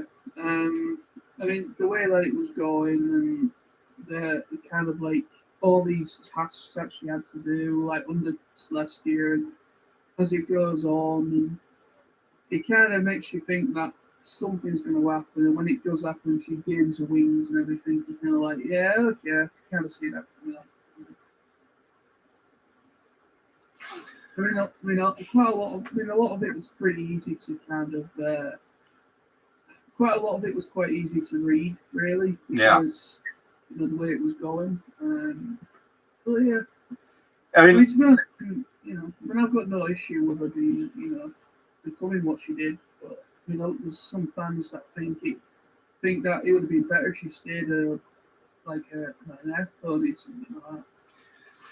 I mean, ultimately, one of the other things was that, despite the fact it took, what I think about 7 seasons, I think it's season 7 when Spike gets his wings. It's just the fact that it took 7 seasons for Spike to have any real character development. It's just annoying. I mean, ultimately with Spike, it's just sort of interesting how with the character of Smolder, she really comes across as being, an older sister figure to Spike, and they could have done so much with that character arc. They did very little. Again, it just throws into the whole thing that I feel like his character was very neglected, and it's a shame. Season 8. Thank you, Jonathan. Thank you very much for reminding me. I'd forgotten. I thought it was season 7, but no, season 8. Okay, thank you for reminding me. But as I say, with his character, ultimately, I really felt like he has so much potential. It was very clear that he was set up to be a bigger character, and ultimately, he just doesn't really do a lot. And as I say, they had sort of the mini arc sort of thing later on in season 8 and parts of season 9, where, as I said, Smolder was sort of set up as being like an older sister figure for him. But yeah. So yeah, I just feel like, you're talking 8 seasons it took for him to have any real development. Why did I get the feeling that one day the writers were sat there and somebody was like, Spike, the dragon, do you think we should do something for him just to give him some development after 8 seasons? Nicholas, speaking of Smolder being a big sis figure to Spike, the twist with Gabby being her brother. Oh yeah, Gabby being her brother was one of the stupidest twists they ever pulled off. Yeah, you kind of think about it, it doesn't really make sense, does it? Because I know she briefly mentions in an episode she has a brother, and it's just forgotten about, and then later on it's like, oh, Garbo's her brother. And you can almost imagine it thinking Garble, like that character who showed up once in, was it season 2, I think, when he first shows up. So, he shows up like 6 seasons ago. Yeah, it didn't quite make any sense, did it? Because in theory, if that's the case, why wasn't Smolder present in that season 2 episode? It didn't really make sense. I agree on that. It felt like they were just trying to connect it all. Yeah, the episode wasn't good. The twist made it the worst episode. Yeah, again, like I said, season 9, it had its good episodes, but it also had episodes that were either pure fan service or the episodes were trying to tie up very small loose ends that didn't need to be tied up. I mean, as an example, Garble being Smolder's brother didn't need to be done for 2 reasons. One, Garble hadn't shown up literally forever. I think he'd only ever shown up twice. After that, he'd never been shown up again, so he'd pretty much been forgotten about. And secondly, Smolder just literally briefly mentions in one episode that she has a brother, and it's never mentioned again after that. So yeah, it was sort of pointless. It'd be like taking the character of Luke Skywalker, having him let's say Princess Leia only showed up in the first Star Wars film for 5 minutes, and then you never saw her again until the last 15 minutes of Return of the Jedi, and it was just randomly thrown in. oh, by the way, she's Luke Skywalker's sister. Well, why hasn't she shown up at all then? You know, it's sort of the same analogy with Garble and Smolder. It didn't need to be done because, not to sound mean, but Garble's character was very irrelevant to Smolder's story arc. They didn't need a brother to show up. Her story arc was, as we've just said, was more of her being an older sister's mentor figure to Spike. And they should have really grown on that. That would have made more sense. Also, did anybody sort of think it was a little bit odd that they had the character of Gabby Gums show up much later on in the seasons? And I think it was the final, it was season 9, if I'm remembering right. They just had it that, oh, she's sort of the best friend of Spike, and they've been hanging out for quite a while now.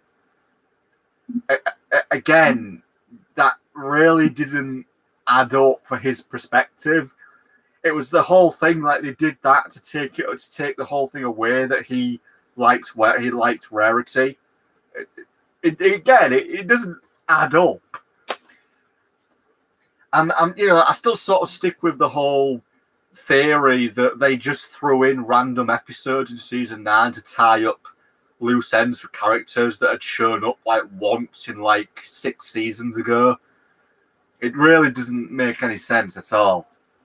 But yeah, it's a good thing to mention, Nico. A good thing indeed. Jonathan, I agree with the last season being 90% fan service. It was very unnecessary and trying way too hard to give fans what they wanted, rather than trying to tie up all loose ends. Yeah, I agree. As I say, Jonathan, it was very much fan service in most of the episodes. They could have tied up loose ends better if they'd have sort of focused on the characters more.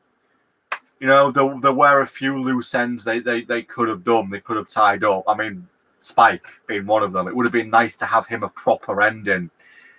But yeah, it was sort of a 90% fan service. I do agree.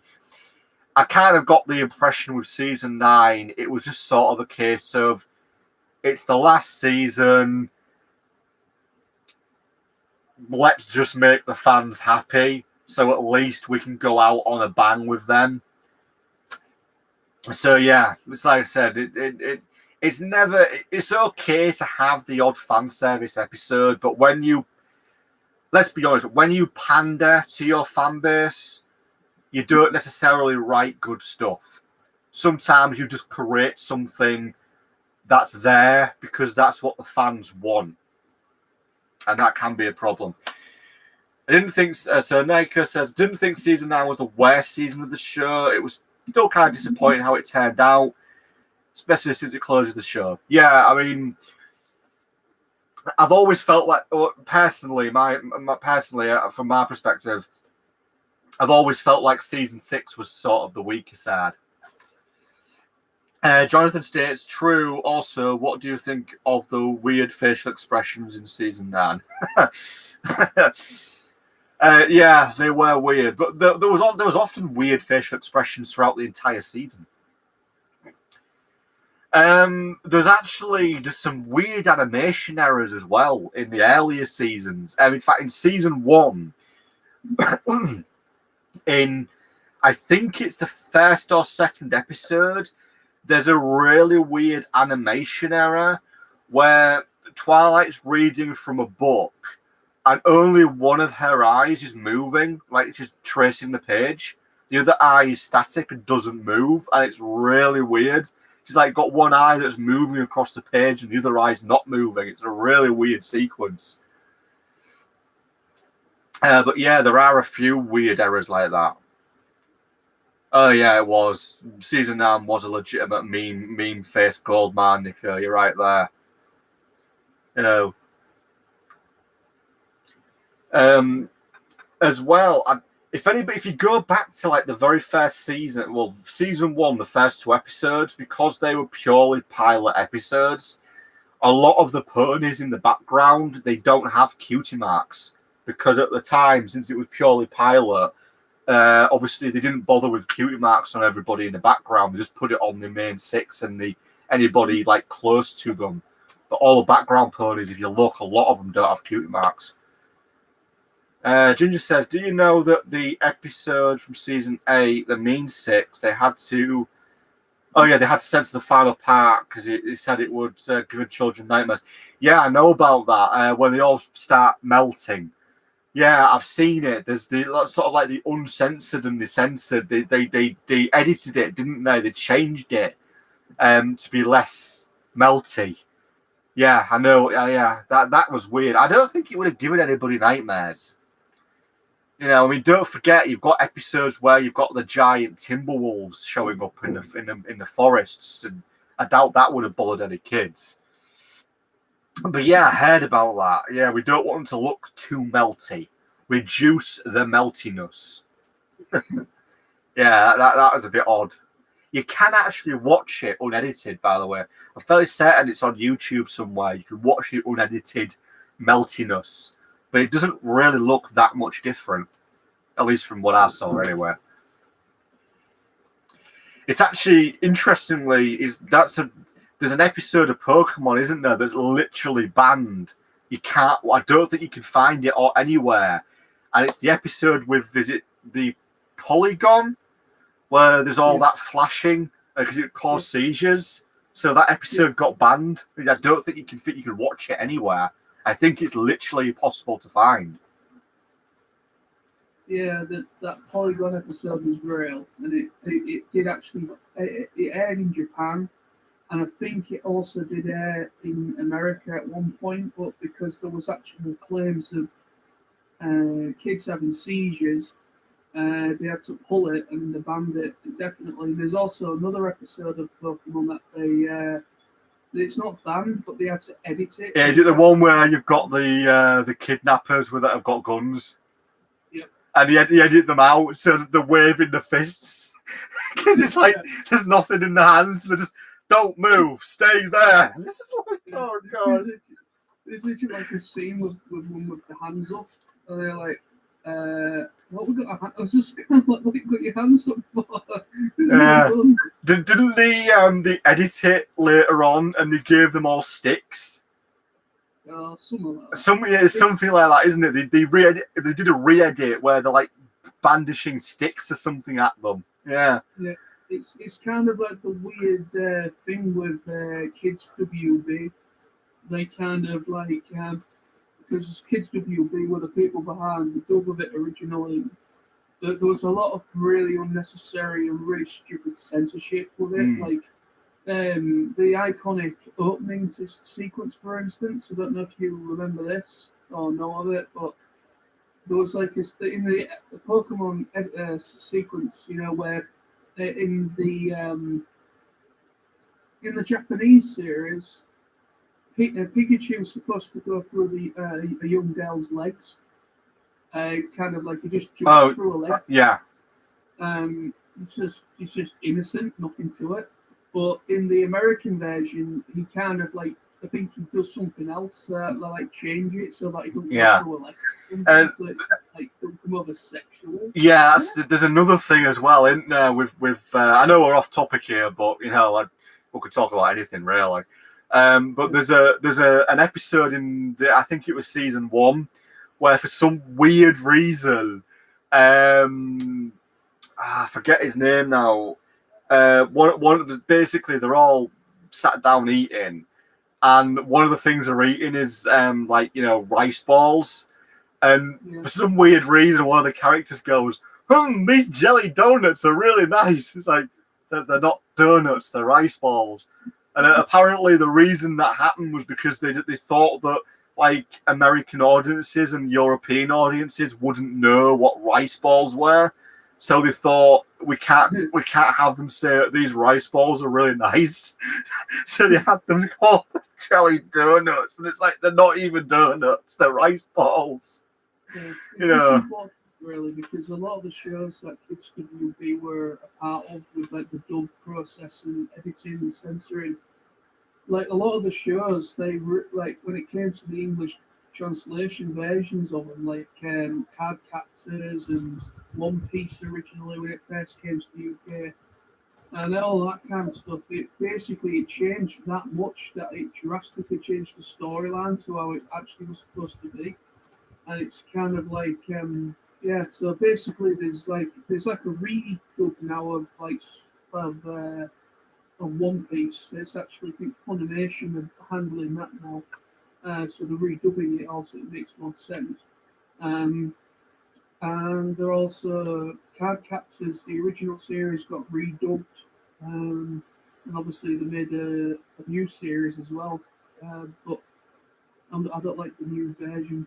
I'm not going to go into why. I'll tell you off when we're not here because I don't really want to cause any issue. But, Yeah, it's fair. There's loads of stuff like that. Dub wise and animation changes. It can all be a bit weird. I know we're kind of going off a bit off topic of MLP, guys, but I mean, like I said, we can talk about anything really on the live streams. I know the channel's an MLP channel, and obviously I'm happy to talk about that. And honestly, anything in the chat, we'll discuss it. But just because real quick, because we've sort of slipped into anime now, just on that note, I just want to quickly mention the Digimon season 1.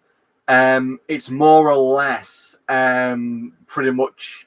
I don't know translation wise, like dub difference, but I do know that there's very little removed from season 1. It's near identical to the Japanese release.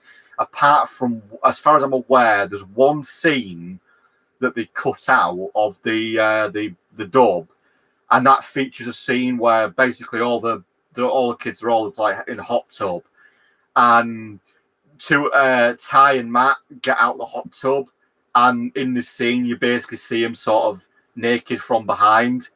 That was cut out. As far as I'm aware, that's the only edit that was done for Digimon Season 1. And Nolza, you probably know when I say there was a lot edited out of Season 4, especially for Zoe's character. You'll probably know what I mean by that. Yeah. Nico asked, what if K-Cat turned Fallout Equestria into a movie for the big screen? I would watch it. I am a big fan of K-Cat's work. I have the physical book of Fallout Equestria, along with I have 2 versions of it. Yeah, I'm a big fan of Fallout Equestria. If they turned it into like a cinematic film somehow, I would go and see it 100%. I would see it. I'd probably see it 3 times in a week. But yeah, I would love to see a Fallout Equestria film. There's loads and loads of material for Fallout Equestria, like animations on YouTube, music inspired by it. Yeah, lots of stuff. And yeah, I'd absolutely love to see a film adaptation for that one day. Yeah, I'd love it. 100% agree with that.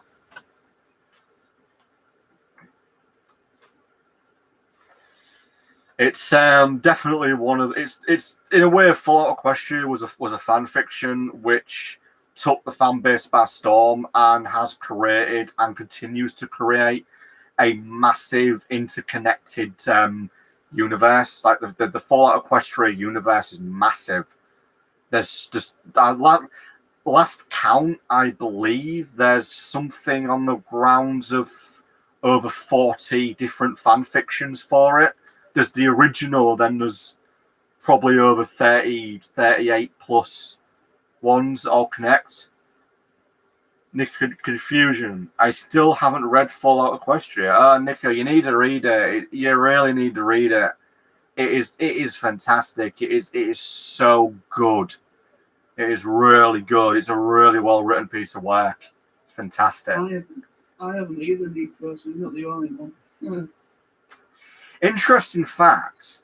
Firstly, the author of Fallout Equestria, the Fallout Equestria, the actual author, it's a she. It's a lady who actually wrote it. So it's a Pegasister. Basically, when she first started writing it, she actually got some bad feedback, quite a bit of negativity, because some fans seem to take offense to the fact that she was writing a rather dark, gory-filled story for ponies, for MLP. But ultimately, it became one of the greatest known fanfics. And another interesting thing, as far as I'm aware, she's only ever been to one convention, and that was BronyCon 2013, I think. I know it was about 2012 she finished writing it. I know she's only ever been to one BronyCon. Yeah, Ginger, the 49 chapters. It's a really long fanfic, but it's well worth reading. And speaking of which, there's actually a video I need to do for the channel about Fallout Equestria. There's some stuff I want to talk about regarding it. I might try and get that done tomorrow, to be fair, because I could easily do it. But yeah, it's well worth reading. I highly recommend it. Yeah, unfortunately, I think Fallout Equestria, I mean, there is a little bit of like opinions from certain people. I mean, I've heard something. I don't know how true this is, so don't go on what I'm saying here. I don't want to cause any issues, but I've heard that I think Tara Strong is has been quite vocal about Fallout Equestria. Like basically vocal in basically the whole idea of it. Obviously MLP, it's meant for kids and it's meant for anybody that enjoys it. It's not really meant for anything like. I wouldn't know, mate. I've no idea. First I've heard of that. But yeah, I mean, I've heard stuff where I think Tara Strong is very, very against like anything where. I mean, she's not against people doing convictions. At the end of the day, it's just expression. We could find out. Let's have a look. I've never heard that rumor, mate, ever. In regards to you telling us about that rumor, you are now banned from the channel forever. I'm going to take over, and it'll just be, you know, the Sam show. I'll be in charge. You might as well, because you know you kind of seem to be already taken over already. Well, unfortunately, it's just because I can't yet get you onto a live stream. I'm really just trying to sort this out. Let's have a quick look. I've never heard it, but see if there's anything knocking around. I mean, it could be a load of crap. But just that I heard something about that she's not really she's not against like fan fictions per se. It's just I think she has been a little bit. Apparently, she has been vocal in the past about Fallout Equestria because of how like it's obviously more darker themed and all that kind of jazz. But end of the day, but I don't know. I mean, like I say, I've got no issues with Tara. Though she's entitled to her own opinions if that is true at all. But at the end of the day, it's just personal expression at the end of the day. I mean, so a lot of these fan fictions, and it's got nothing to do with the actual show itself. It's just their own stories, and obviously, in Fallout Equestria, it's original characters, isn't it? Yeah, pretty much. It's a full original creation. Yes, it's got nothing to do with. It's not got anything to do with like Twilight or anything like that. You know. I mean, just because I can't find anything doesn't mean, you know, there's been anything said. But as far as I can tell, there doesn't appear to be anything. I mean, I'm just checking like Fallout Equestria, Tara Strong. I can't find anything as far as I'm aware. No. I mean, who knows? It could well be a Twitter thing. Maybe it was mentioned on Twitter at some point. Let's have a look. Anything on there?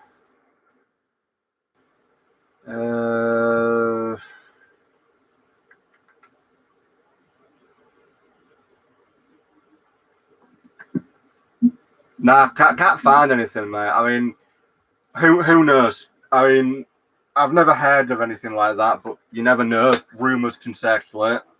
Yeah, like I said, and I've only just I heard about it. I think listening through somebody commenting and like because there's some people within the Brody fandom that don't really like Tara Strong for some reason. I mean, as Zero Bunny stated, seems very backwards thinking. I mean, Nosey. I'm just using this as an example, but you'll understand where I'm coming from. There's always been, not to bring up old wounds, but Kick Vic, or as we all know, the attempt to cancel Vic Mignogna by a load of Twitter haters and various other people in the industry. As you're probably aware, Nosey, there was loads of like fake things going around, weren't there, about Vic claiming that he wouldn't sign basically fan art that depicted, any of his characters being gay. When the real reason was why he couldn't sign fan art was because it was contracts, wasn't it? He couldn't actually sign effectively third party stuff due to the contract he had with like Funimation.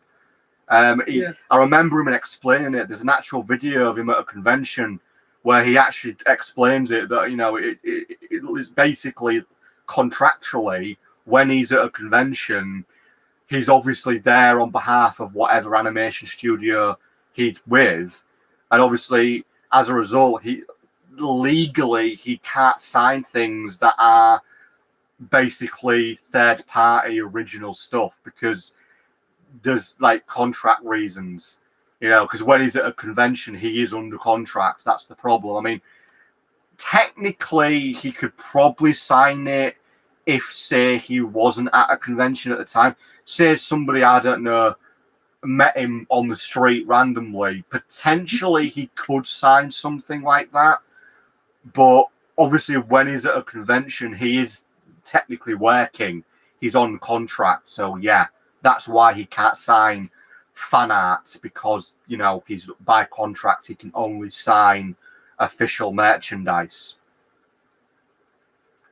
That's true. I mean, like I say, when it comes to conventions, it's part of their contractual agreement with the convention and also licensing people like that, when it comes to the licensing and everything from whatever it is they've worked on, they can only kind of talk about stuff that they're allowed to talk about under contract, like stuff that maybe they're working on at that moment in time. Obviously, they've got like what's known as a clause kind of thing where they can't really talk about anything like that. And then when it comes to signing stuff, it has to be official merch, or I don't know, maybe they've drawn a picture of their favorite character or something and giving it to them as a present. You can accept stuff like that, but it's just like when it comes to that situation, when someone's kind of like made, gay fan art or whatever of a famous character that he voiced, he just legally, he can't, well, not legally, but contractually wise, he can't touch it, he can't sign it. Nico's got a point. Remember the awesome Godfather references Zootopia with Mr. Big? Yeah. Ice him. Yeah. Imagine if G5 did something like that, either in the film or in the show. Yeah. Mm-hmm. Yeah, I really like Zootopia. It's definitely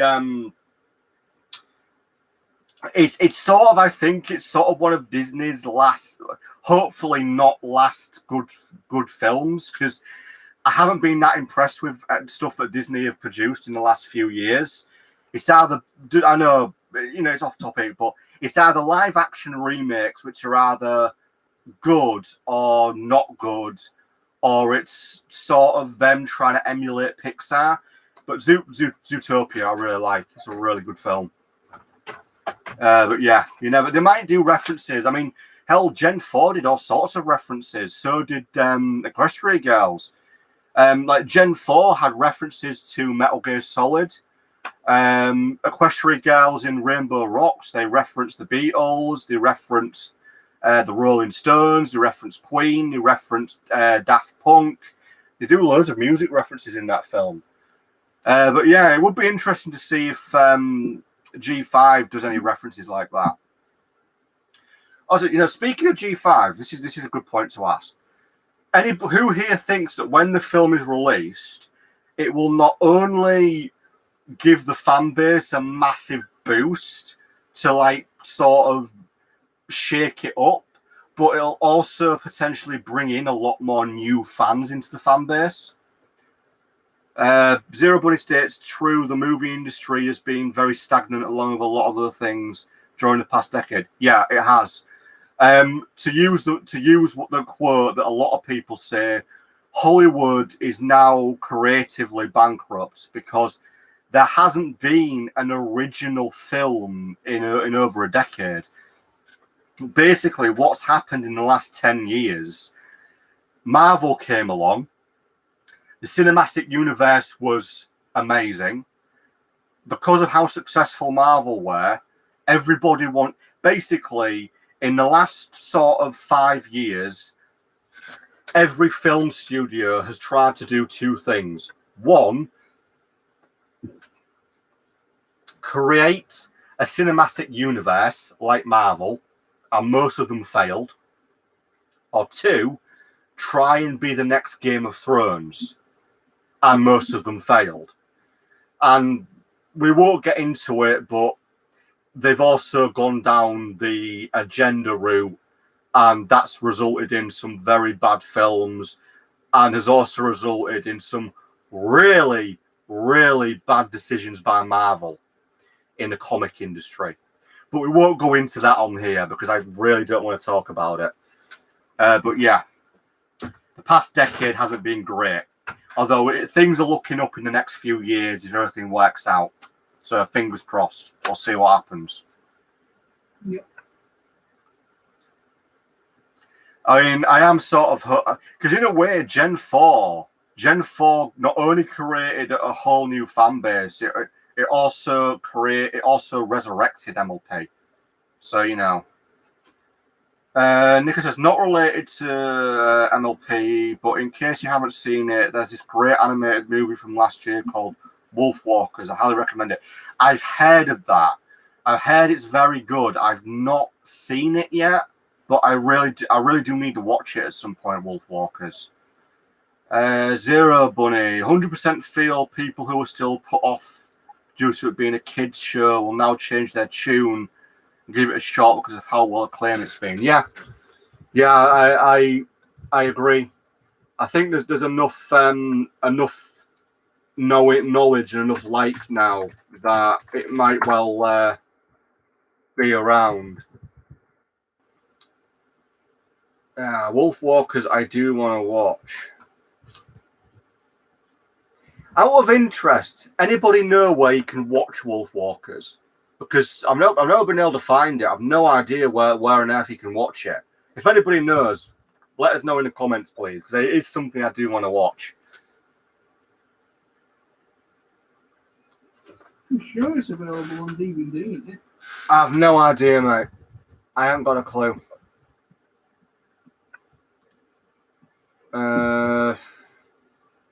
You can get The Art of Wolfwalkers.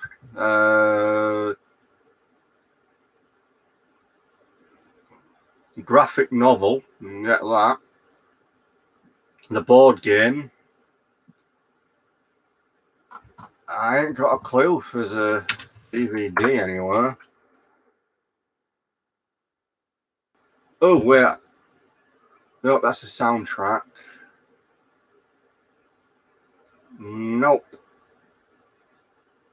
Doesn't appear to have a DVD that I can find. I know it's on Apple TV, but I don't have Apple TV. You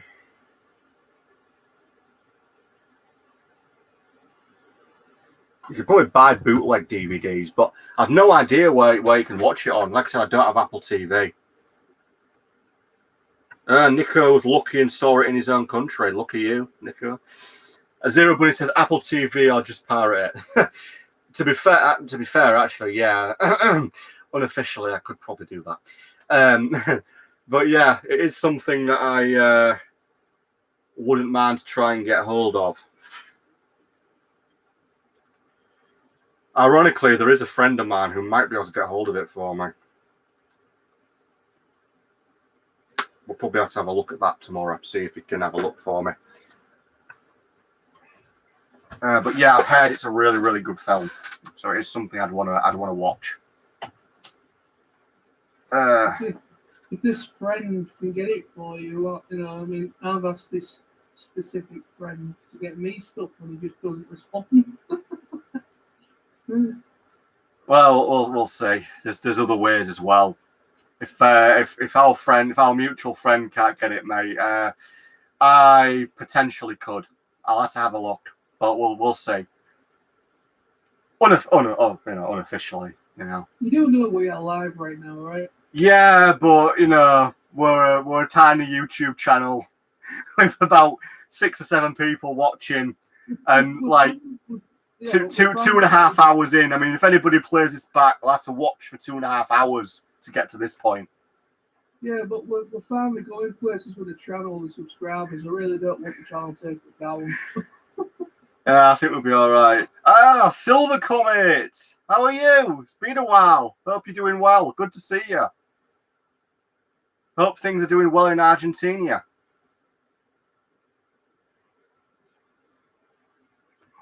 What? You pronounce Argentina with a Y.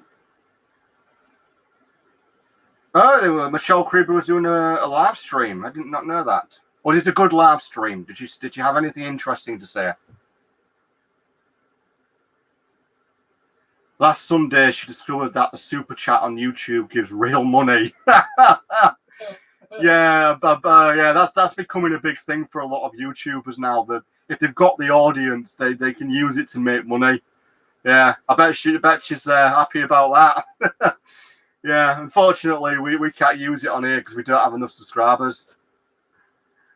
But yeah, super chat's a good way for big YouTube channels to make money.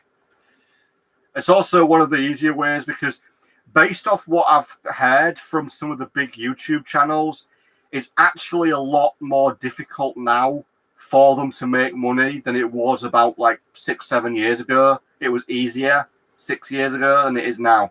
So yeah, there's alternative ways to do it. It's all how it all monetized. How it all let me give it that. Blah, blah, blah, blah, blah, blah, blah. Blah. Go on, Nosy. Speak, man. Basically, from what I can gather, is YouTube have kind of got this real weird thing with they're very picky of what kind of advertisements you can have on your advertisements that pop up on your videos. So, like, say if I don't know, if a company is interested in like sponsoring a video or whatever, and they see a certain kind of ad that might have maybe some sort of girl that's kind of not got much clothes on or something like that. Anything of that nature, where it could be like a video game, for instance, and it can actually it's caused a lot of issues. Is most of the ads that some videos just generate. But that's caused problems for some big YouTubers making money, and they've got to be careful what they say in the video as well. You're not allowed to swear anymore. You're not allowed to say any sort of copyrighted stuff in there. Because literally, they've got like a new system now that literally searches your entire video for anything like that. So it doesn't really matter where it is in the video. The new algorithm, like stuff that they use to monitor videos. If you say something that's out of thingy, or if you swear, or if you show something indecent in any way, you'll be monetized straight away. So it's really, really difficult. It's quite strict now. Yeah, it is strict, mate. You pretty much got to be a man with throne to make money. So just to sorry about the interruption, mate. Just to catch up for Silver Comet, since he's just joined, Silver Comet just asked, late to the live stream, catch me up what you've been talking about. We've been talking about a lot. G5 have been talking about when we think the theatrical trailer will appear. We've also been talking about MLP fan fictions. We've been talking about MLP fan theories. We've discussed favourite characters, least favourite characters, favourite seasons, least favourite seasons. We've talked about the music. Yeah, we've just generally had a long conversation about ponies. And yeah, just to make people feel a bit more jealous, I also did an unboxing video, Silver Comet, where I revealed I have bought this, the Sunset Shimmer Kabuki Japanese figure. Yeah, so I also showed this beauty off. So that was another thing that we did. But yeah, so that has you caught up, I believe.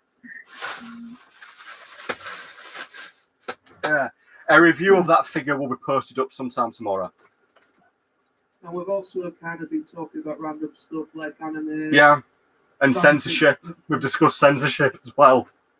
And censorship with anime from the 90s, yeah, and all that shit, all that crap, all that stuff. No, we are demonetized because I said shit. Oh, mate, we're not even monetized. I know, but joking. we don't get any money through this channel. I don't think we'll ever will. Nah. We're too Yorkshire for the algorithms. Yeah, we probably are too Yorkshire. You know, if we were making money, I wouldn't be sitting in a shed right now. I'd probably be sitting in my own place making videos. Yeah. I mean, the way things are going, with how well the channel's going at the moment, I know it's a different tangent again, but, you know, kind of like we're at 120 subscribers now, and it's kind of like this has come out of just simply talking about G5 stuff. And it's just like, probably, I think the time we're seeing year out, I think we could easily probably hit around about the 200 mark at least. Yeah, we could do. Because we are really quickly going up. Because I think within the last couple of weeks or so, I think we've gone up about 16 subs. But yeah, the channel's doing really quite well. So obviously, nearly every I just uploaded a video literally like 2 days ago now, talking about that poster that went up. If it was in a magazine, it was an advertisement more than a post, an official movie poster, really.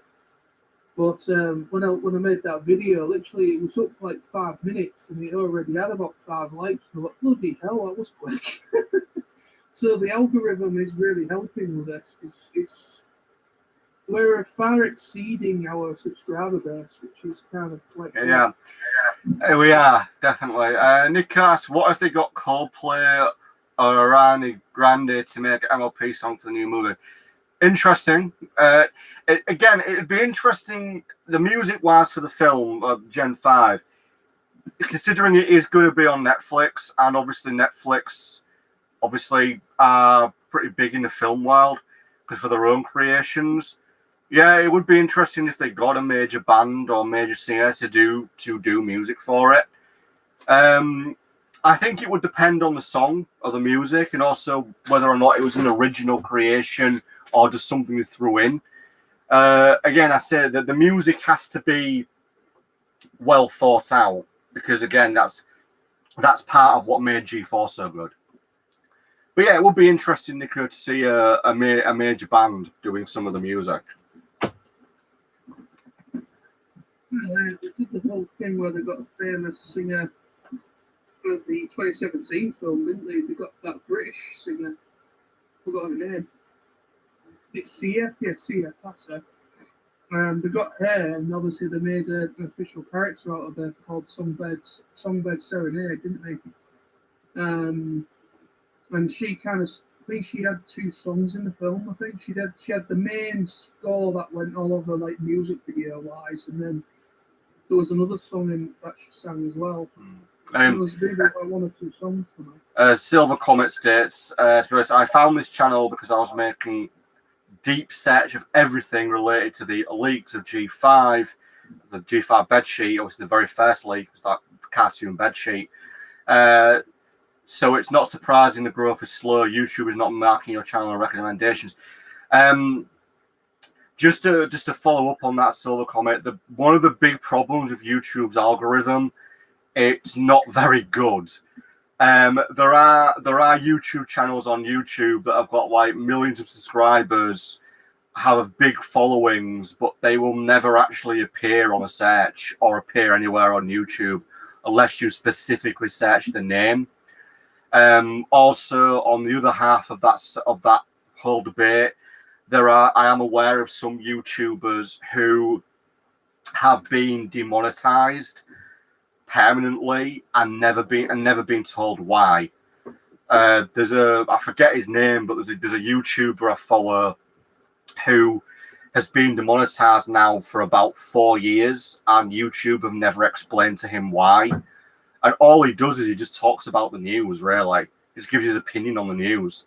And yet he's been demonetized for 4 years for no apparent reason. And YouTube won't tell him why. And just to respond to Nicker saying, obviously music, with G4 2017 film, they did get some really good talent. Obviously Lucas Graham, Sia, DNCE. So yeah, potentially we could be looking at a lot of musical talent for the G5 film. Again, with it being Netflix, it being a full theatrical film through Netflix, yes, the potential is there that we could see that. Again, we'll know in about a month. Yeah, I mean, I wouldn't be surprised if Ariana Grande gets involved, personally, because Ariana Grande, she started off as an actress, and obviously she's a singer as well, so she can act and sing. So I wouldn't be surprised if she's either in the film just to get bums on seats, because majority of their fan base, Ariana Grande's fan base, are kids, basically. They're people that like grew up with her at the time when she was up with Nickelodeon. When she was on, I forgot what show she was on. I think it was Sam and Cat or something like that, that series was on. It was like a spin-off to a series called iCarly, I believe. It was like a spin-off to that, and that's where she got famous. Obviously, her fan. A lot of the listeners and her fans are a lot of young kids, quite young lasses and young lads and that. So I won't be surprised if the amount of fan base she has, whether they bring her on either for the score, a music video thing, special music video for the film, or at least maybe voice and sing a character or sing for a character in the film, because she has both acting experience and she's a pretty good singer. Actually, she's got a good voice. But I mean, I'm not a big fan of her stuff, so I'm just not really a big fan of like chart music. But no, I mean, I think Ariana Grande could be a good shout to help get some interest in her. Yeah, it is a good point, Nolly. Just to pick up with Solar Comet, a big problem is YouTube may decide that a video you did, say, 8 years ago, so say 700 videos ago, that they would deem now is sensitive in content, but it wasn't back then, it is enough to give you a strike. That is true. I'm well aware of that. I mean, for like my main channel, I've had that for about 10 years. There's over, I think I counted all my videos on my main channel, and there's over 300 videos on it.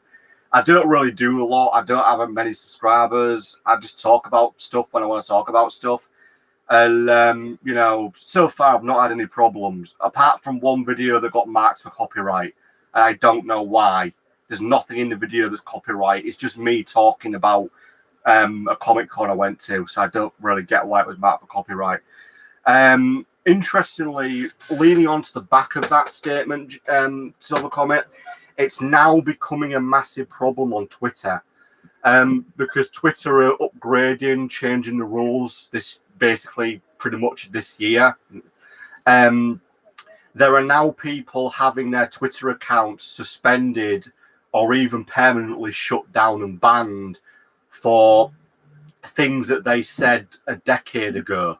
So yeah, it is becoming a problem in that way as well. Obviously, to follow one of your state channels that have a long history, a lot of content, it is impossible to re-examine everything up to date with the platform. It is. You just can't do it.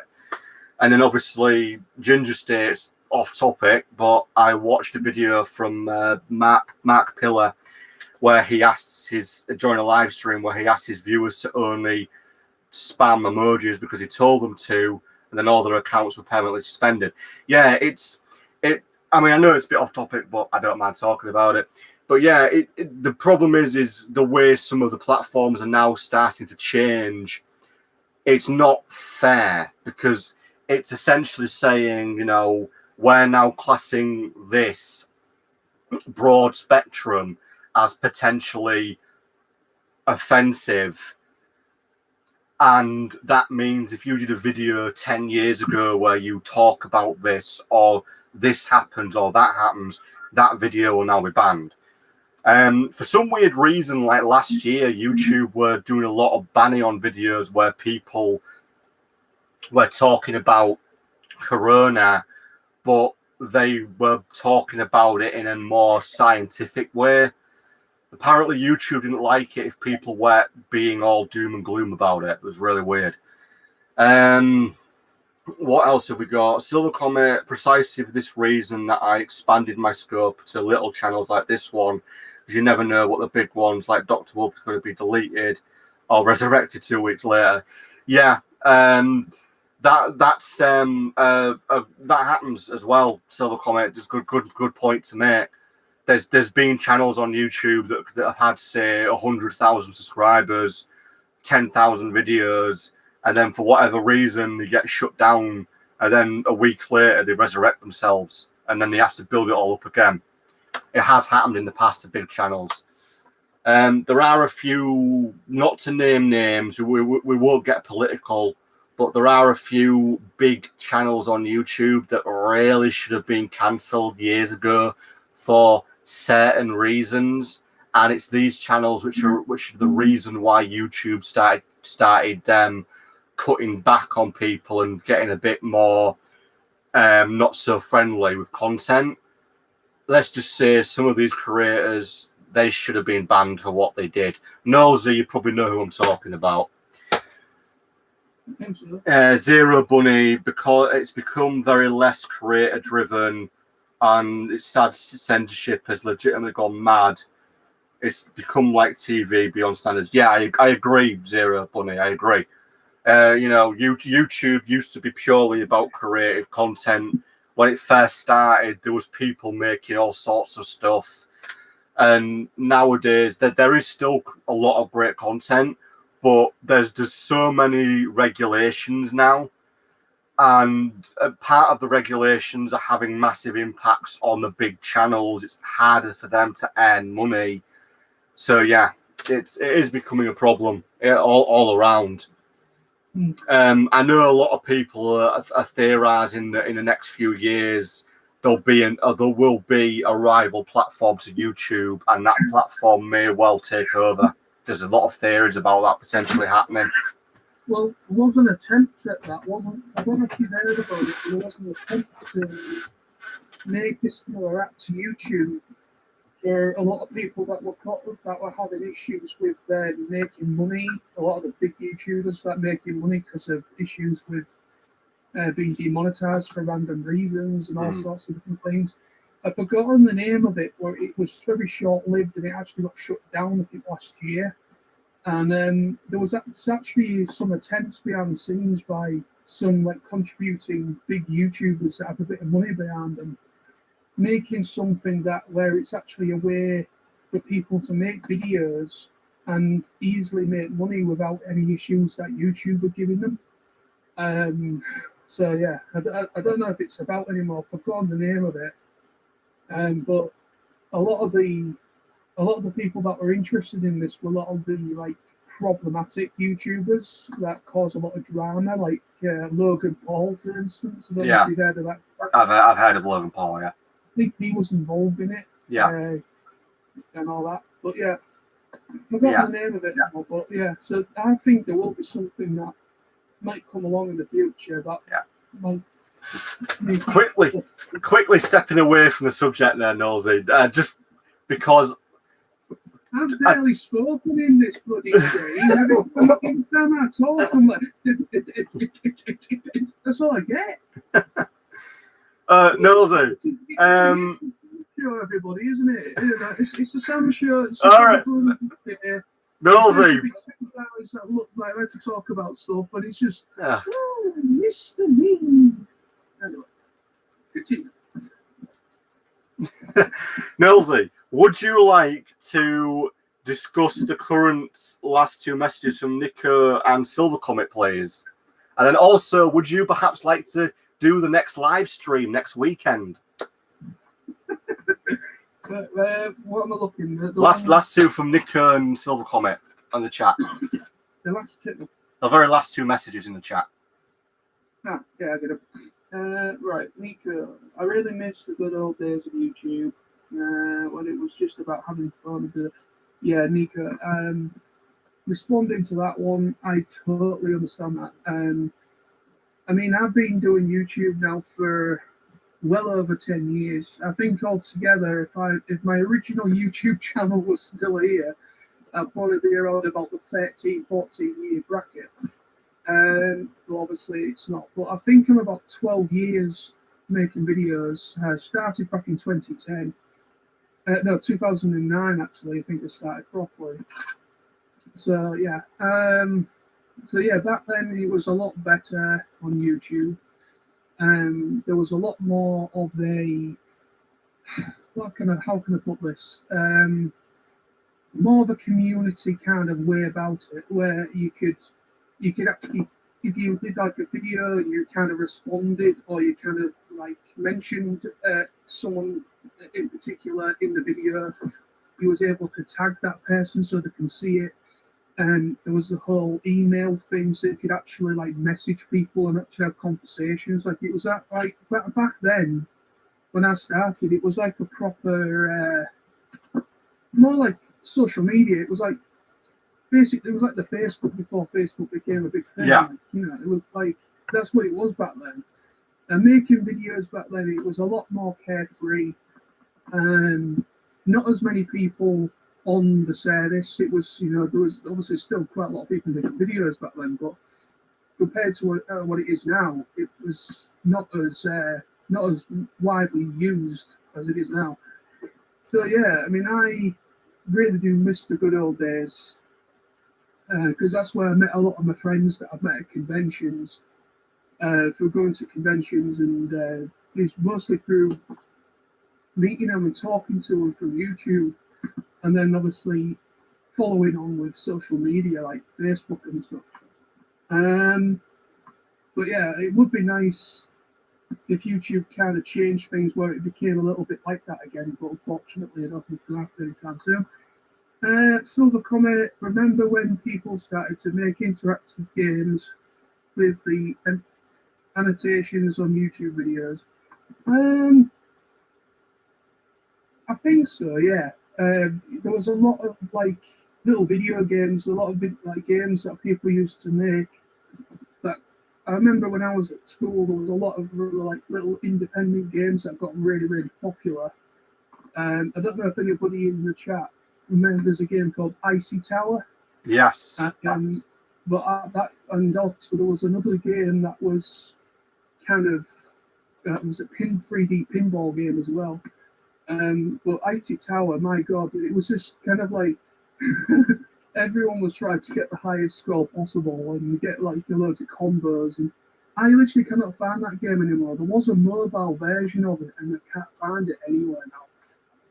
It's unfortunate. I think that's probably a dead game now. But they need to do a console version of that. I would be interested in a console like Icy Tower. But anyway, so and also Sam's question as well about me doing a one of these next week. I certainly will probably be available, and I will probably do one myself, and it'll be the Knowles issue that there. So I won't let Sam get any wording whatsoever. Get the number. You can just so you know, mate. We can still get a hold of Icy Tower. Okay. Yeah, it's on Soft Tonic, which is basically a freeware site where you can download free software and stuff. It's on here. Ooh, nice. It's completely downloadable for free. I'll send you the link. If anybody else wants to bathe in the awesomeness of Icy Tower, quite possibly the hardest game ever made, the link is below. I think the highest tower that I got to was the theme was like I think it was like the woodland one, where it was all like wood and grass and like vines and things. I think that was the highest one I got to. I think it was like level 4, level 3 or something like that. I used to be pretty good at it, but it was a really simple game. Anyone that had never played it, it was basically just like a keyboard smasher where you basically use you basically use the left and right keys on the keyboard and just smash the shit out of the space game. So you just literally jump all the way up these columns. Sounds really boring the way I'm talking about it, but you need to play it. It's really fun. Yeah, just having a quick look on YouTube. There's looks like it's sort of having a bit of a revival. I didn't know this, but it turns out it's actually had different incarnations. I never knew that. But yeah, there's a video posted up about 7 months ago where somebody's actually talking about it. Going through all its different evolutions as well. I didn't realise that. I'm only aware of the official game. I know there was more than one. There was like a sequel to the first one. I think there was about 2 or 3. Like it was basically Icy Tower, but there was Icy Tower 2, and I think there was Icy Tower 3 that came out around the time I was at school. But it was basically the same game, but I think you could play as different characters. Like you could kind of like instead of just playing the same guy, you could like kind of like play as something different. That was all the difference it was. It was just a little bit harder. Oh right, yeah, I know what Silver Comet's talking about. It just said I talked about the game a YouTuber made where the scenes from MLP, the Changeling Invasion Season 2 Episode 3, where you can control the main 6 to take different choices, all using a single video on YouTube with lots of annotations going back on. Yeah, I think I know what you're talking about. It sort of rings a bell in my head. I think I do. I think I know what he's talking about there. Yeah, sorry about so I misread what you was reading and what you put there. To be honest with you, it's been a while. I probably do know what you're talking about, but obviously I've forgotten. Yeah. Sam's a little bit more knowledgeable on certain things because he sits there on his computer all day searching for the deep web of knowledge, and it's me that lives in the real world. You know what I mean? Yeah. But anyway, I'm just trying to think of anything NLP related we could talk about that we haven't already spoken about. But I think we've covered pretty much everything.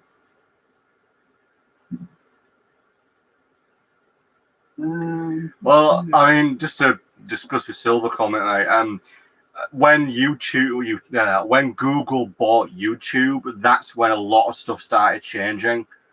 I don't know if you remember when they first bought YouTube, literally thousands of people lost their YouTube accounts because they basically forced people to effectively create a Google account so they could actually log in, and as a result, loads of people lost their accounts. I mean, I lost my original one.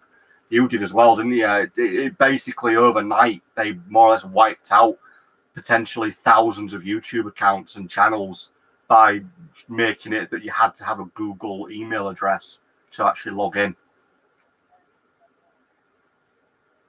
Yeah, well, I remember. Well, with my original channel, I actually deleted mine because I don't know if anybody remembers this far back because I'm an old bastard now. I'm old, but I remember at the point where you could only make maximum 10-minute videos, and then eventually you could make as long as you want. But no, my original channel, I actually deleted mine myself because I had a copyright strike, a couple of copyright strikes back then, and it literally made my channel literally numb as anything. I literally couldn't do anything. I literally couldn't really upload properly either because because of the strikes I had. So in order to continue, I had to unfortunately delete my original channel and make my TF Nosy one, which I'm on now.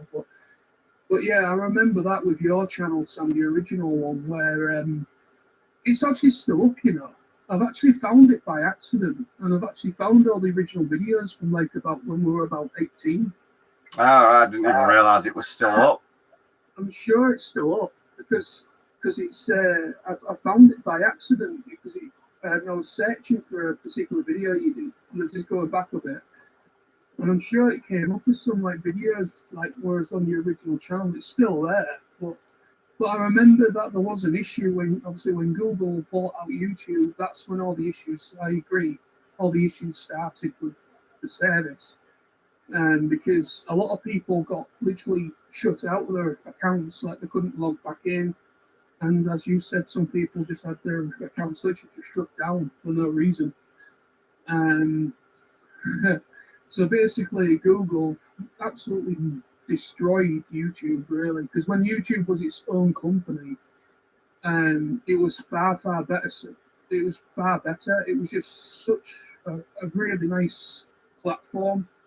You know, you could just make videos, express yourself. It was like a proper community kind of thing. And I do miss that. I Silver Comments mentions sometimes I do wonder how many hundreds of excellent Brony channels are on YouTube.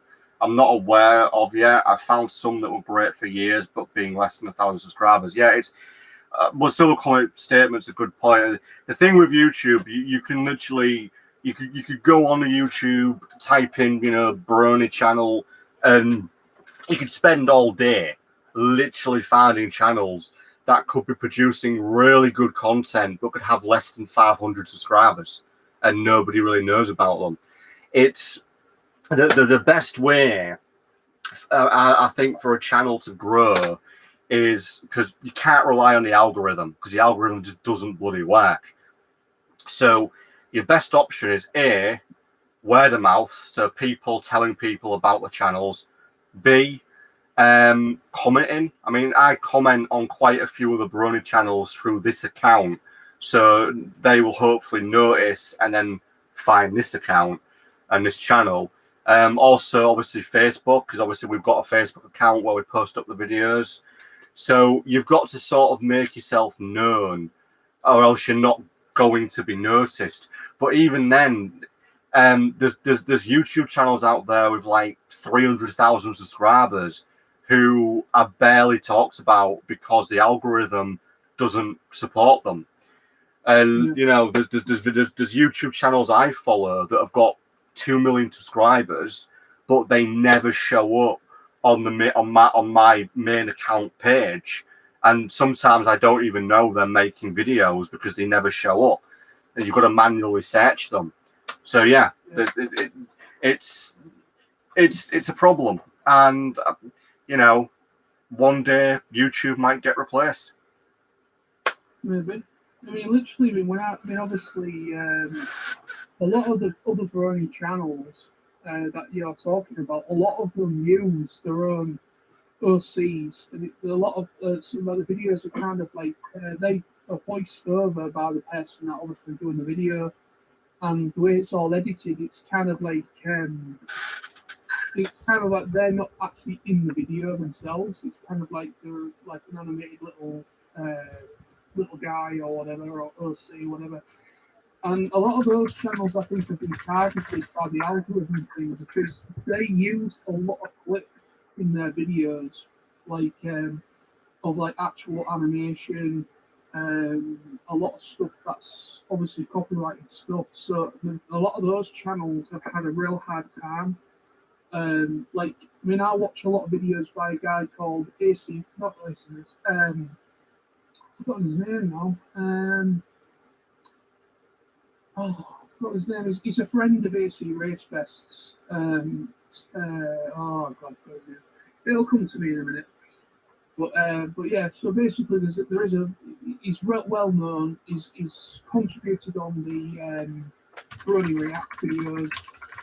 And I watch his videos a lot. He talks about a lot of like animated films like Disney and a lot of like really weird stuff that he's found and been suggested to watch. And a lot of his videos, he's had a real hard time lately because he's had a lot of strikes and a lot of issues with videos being taken down for like no reason whatsoever.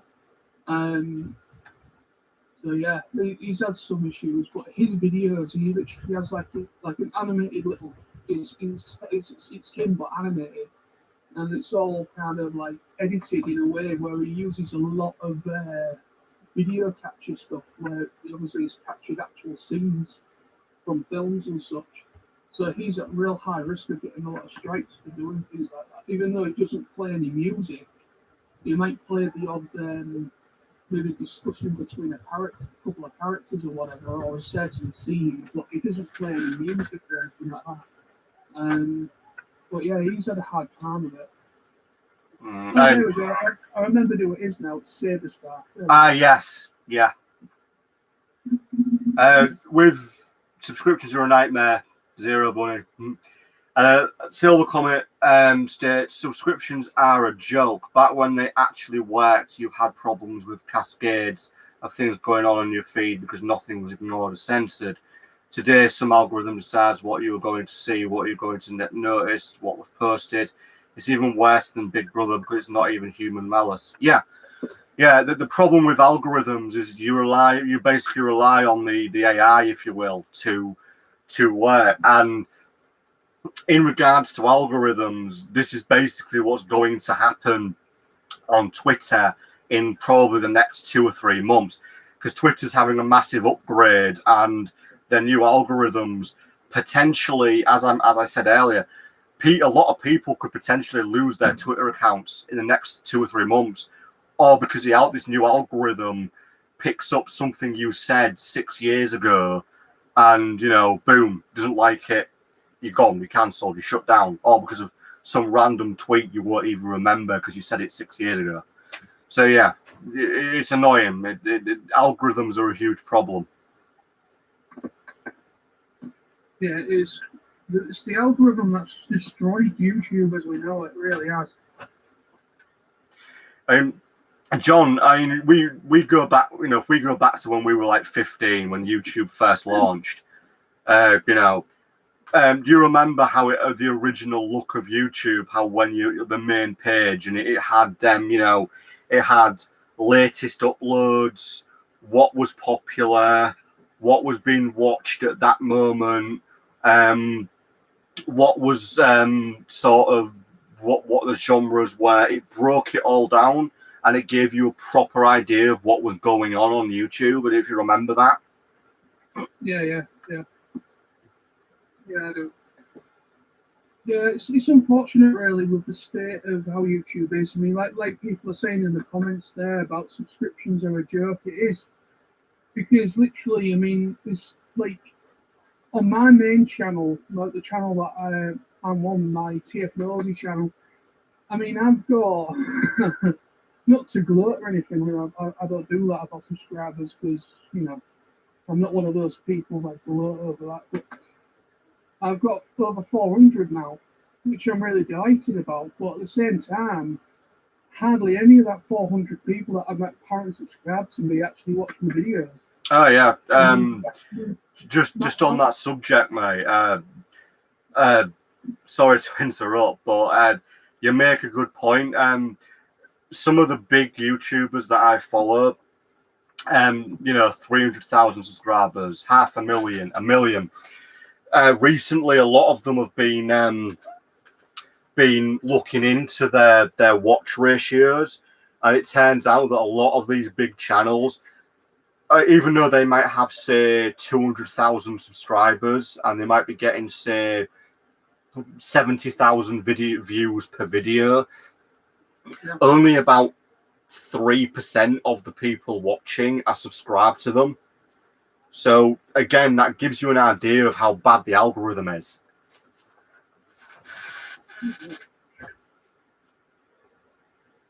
I mean, to be honest, I'm just happy that the amount of people that watch my videos, I'm just happy that they want to watch my videos. But like I say, it just goes into perspective of I really feel for these YouTubers that are genuine still, that have put so much time and effort into the channels and got loads of subscribers. I think Saberspark, he's over 1 million. And I think I don't know how many he's at, but his channel's really good and he's got a lot. But yeah, I think he only gets around about. I think he only gets something like about, I don't know, maybe 300,000 or 400,000 people watching a video, which is like a small fraction of his subscriber base. I know that sounds really stupid in saying that he only gets that amount, but that's a lot really for someone like us. But still, that's like just goes into perspective of the algorithm. The algorithm AI and the changes they've made to it in recent years, it just makes it so hard for someone to express themselves and really get like talk about stuff that they like, because there's just nobody can see it. I mean, just to pick up on something Zero Bunny and Silver Comet have said. So Zero Bunny, you said Tumblr removing the not safe for work filter destroyed everything. Yeah, I 100% agree. I mean, I'll be completely honest. Basically, probably 90% of the people I followed on Tumblr disappeared after the NSFW filter was removed, because a lot of them did that kind of artwork, and as a result, they just got deleted instantly when it happened. So my Tumblr feed sort of died. Most of the people I followed left and went elsewhere, or they just basically set themselves up on Patreon. And then just to quickly mention Silver Comet, where you stated, you have lots of playlists made by videos of other people. I've started doing that myself within the last year. And not only is it a good way to keep track of various YouTubers, it's also a good way to discover who's been deleted. Recently, through the playlists that I have, I've discovered that a YouTuber who I used to followed a lot, they did a lot of their ASMR stuff. They've just disappeared. I don't know what's happened to the channel, but it's gone. And they were really good, and they've just disappeared. It's all been deleted. I don't know why. So it lets you keep track of people easier. But yes, on top notes, web comics on Tumblr were amazing. Thousands of images, pages. They've all dedicated the odd occasional sexual scene. They were demolished, buried. It's impossible to find now. Yeah, you're right, Silver Comet. In a lot of ways, Tumblr destroyed itself and destroyed years of work. There's a few websites which are still relatively intact, like DeviantArt. That's still intact. I don't think that'll ever change. But Patreon is potentially going down a route where hundreds, if not thousands, of accounts on Patreon could be in danger of being deleted, because Patreon might be changing their rules of service, and they might be basically saying, we don't want any naughty stuff on here, which would, if that ever happened, I'll be honest, that some of the people I followed, they'd be deleted straight away. I follow quite a lot of artists on Patreon, and yeah, just because some of the art they do, some of the comics they do, has nudity in it or sexy stuff, so what? I follow them because they're a good artist. You know what is even worse? People who are really dead now cannot move their original stuff to a new platform. Once a bot bans or blocks a video, it's lost forever. Yeah. I'm sorry, Nosy. I'm sort of leaving you in the background again, mate. But I'll let you go in a minute, mate. Just on topic of Silver Comet. Basically, all this sort of getting rid of content like this, banning stuff, filtering stuff, it's the reason why Yahoo groups died in literally overnight. For anybody that doesn't know, Yahoo groups used to be huge. It was basically it was before Tumblr, before Twitter, before Facebook.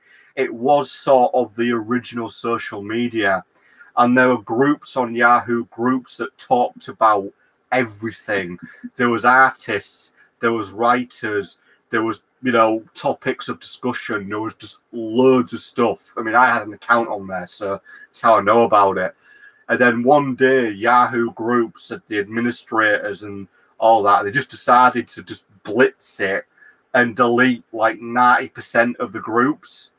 And interestingly, that's why a lot of websites that exist today that are like artist driven, like DeviantArt, exist, because they were set up to save a lot of the projects that were nearly lost when Yahoo Groups was destroyed.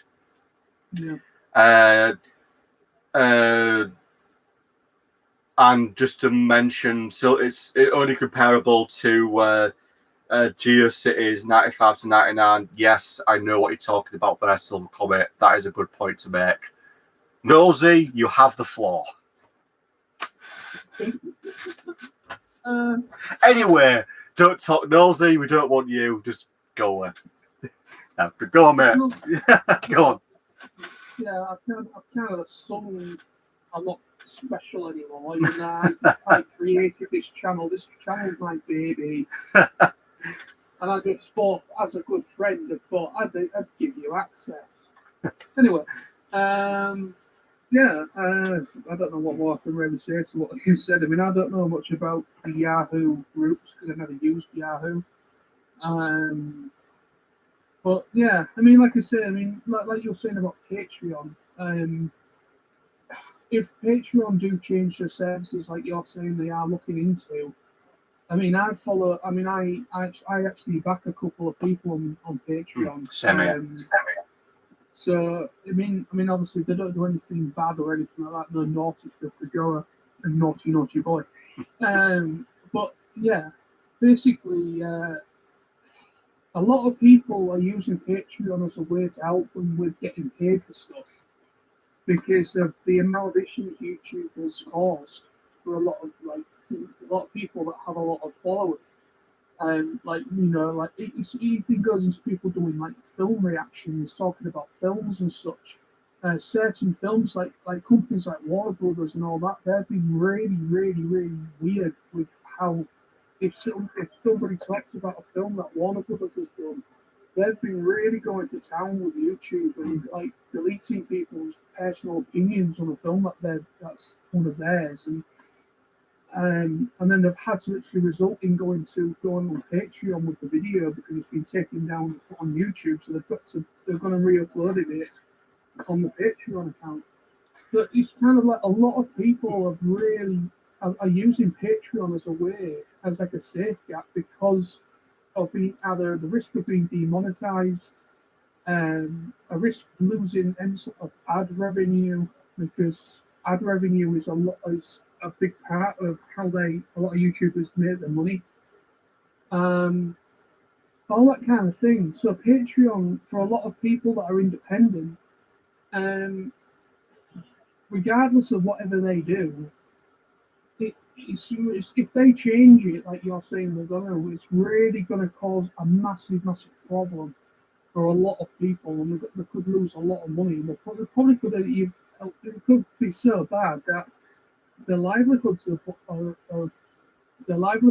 obviously a lot of these people depend on a lot of this money because they see YouTube and whatever they do as an actual job. You know, so there's a lot of problems with it. Yeah, it's one of the problems. Two things real quick. One of the biggest things with the internet is we have to start accepting that the internet is basically becoming history. If we don't start protecting the internet properly, we could lose so much. You know, I'm not just on about the artists, the writers, the animators, the YouTubers. You know, there's so much we could lose if we don't start properly protecting it and properly saying, look, we shouldn't ban things just because somebody somewhere might get upset by it. People have a right to express themselves. As long as it isn't anything illegal, then there's nothing wrong with it. And just to quickly mention what Silver Comet has said regarding how Facebook has a plan to deal with personal wills, the personal wills of real people when they die. Obviously, it's been happening through the years, but nobody thought about it. Short version, I know what he's talking about. Facebook has an option, basically, where you can sort of officially state, you know, when I die, this person will have the ability to keep my Facebook account active or shut it down, so on and so forth. Library of Alexandria, the Louvre Museum, Mount Rushmore, yeah, it's all history. In a sense, the internet is history because, as I've mentioned, there's writers and authors on who are purely on the internet. And if something were to happen to them and say nobody was there to back them up, imagine, I don't know, for example, imagine an author who published 200 novels in his lifetime and they were all online and you could only read them on their website. Imagine that author dying and then their website just shutting down one day and all that work, all that creativity being lost. This is something we need to look at now because the internet is going to become, effectively, it's going to become the future generation's history. Yeah, who knows? 200 years from now, this random video live stream we're doing, you know, it could be talked about in some class in some university. So in a lot of ways, this is the future. And yeah, as Silver Comic says, hard drives, pen drives, CD-ROMs, they only work for certain amounts. If you do seal them in vacuum, they do last for decades. And we need something as robust as granite for data. Yeah, I know exactly what you mean. I mean, a bit off topic, but I know that the hard drive in this computer is starting to die. I've had it quite a while, and it is starting to die. So I am going to have to replace it at some point. But yeah, as Ginger says, we need physical stuff and not always on the internet. That is why I am a huge believer in physical books and physical discs. That's why I have a big selection of DVDs and a big selection of books, because one day they might be the only way to watch something or to read something. You know, let me just use this as an example. So, Highlander. This is one of my favorite films. One day, this Blu-ray 30th anniversary of Highlander might be the only way that I could watch Highlander. There might be no other way to watch it in the future. There might be no physical copies online anymore. And when I'm like 70, this could be the only physical way to watch this film. So effectively, physical media is very important because it might be the only way to keep certain things alive. Wow, aren't we having a really deep conversation for a channel about pastel ponies? Yeah, definitely. Well, hey, why not? Why not? Yeah, I'm gonna just echo what you're saying there, Sam, about physical media. I mean, this might be what you could, like a lot of this new generation of kids might call me like the granddad or an old-fashioned person, or a dinosaur, whatever you will. But the thing is, for me, is I've always preferred physical media when it comes to video games, when it comes to books, comic books, graphic novels, anything like that. I've always preferred to actually feel the paper, actually played it. I prefer retro games. I'm someone that grew up in an era of Sega Mega Drive, Sega Master Systems, Atari, Nintendo Game Boys, all that kind of thing. They're literally just a game on a little cartridge. Like now, you have to wait a million years for it to upload and all that kind of and update and all that. And but back then, I really do miss the times where it's more simplistic. Yes, the games weren't anything like they are now, which I do understand. But I mean, I just prefer like the old ways of stuff where you just like, oh, I want to watch that, pop it in, I can watch it. Or if I want to play a game, oh, I've got the game, I've got the cartridge, I've got this, whatever, pop it in, I can play it to my heart's content.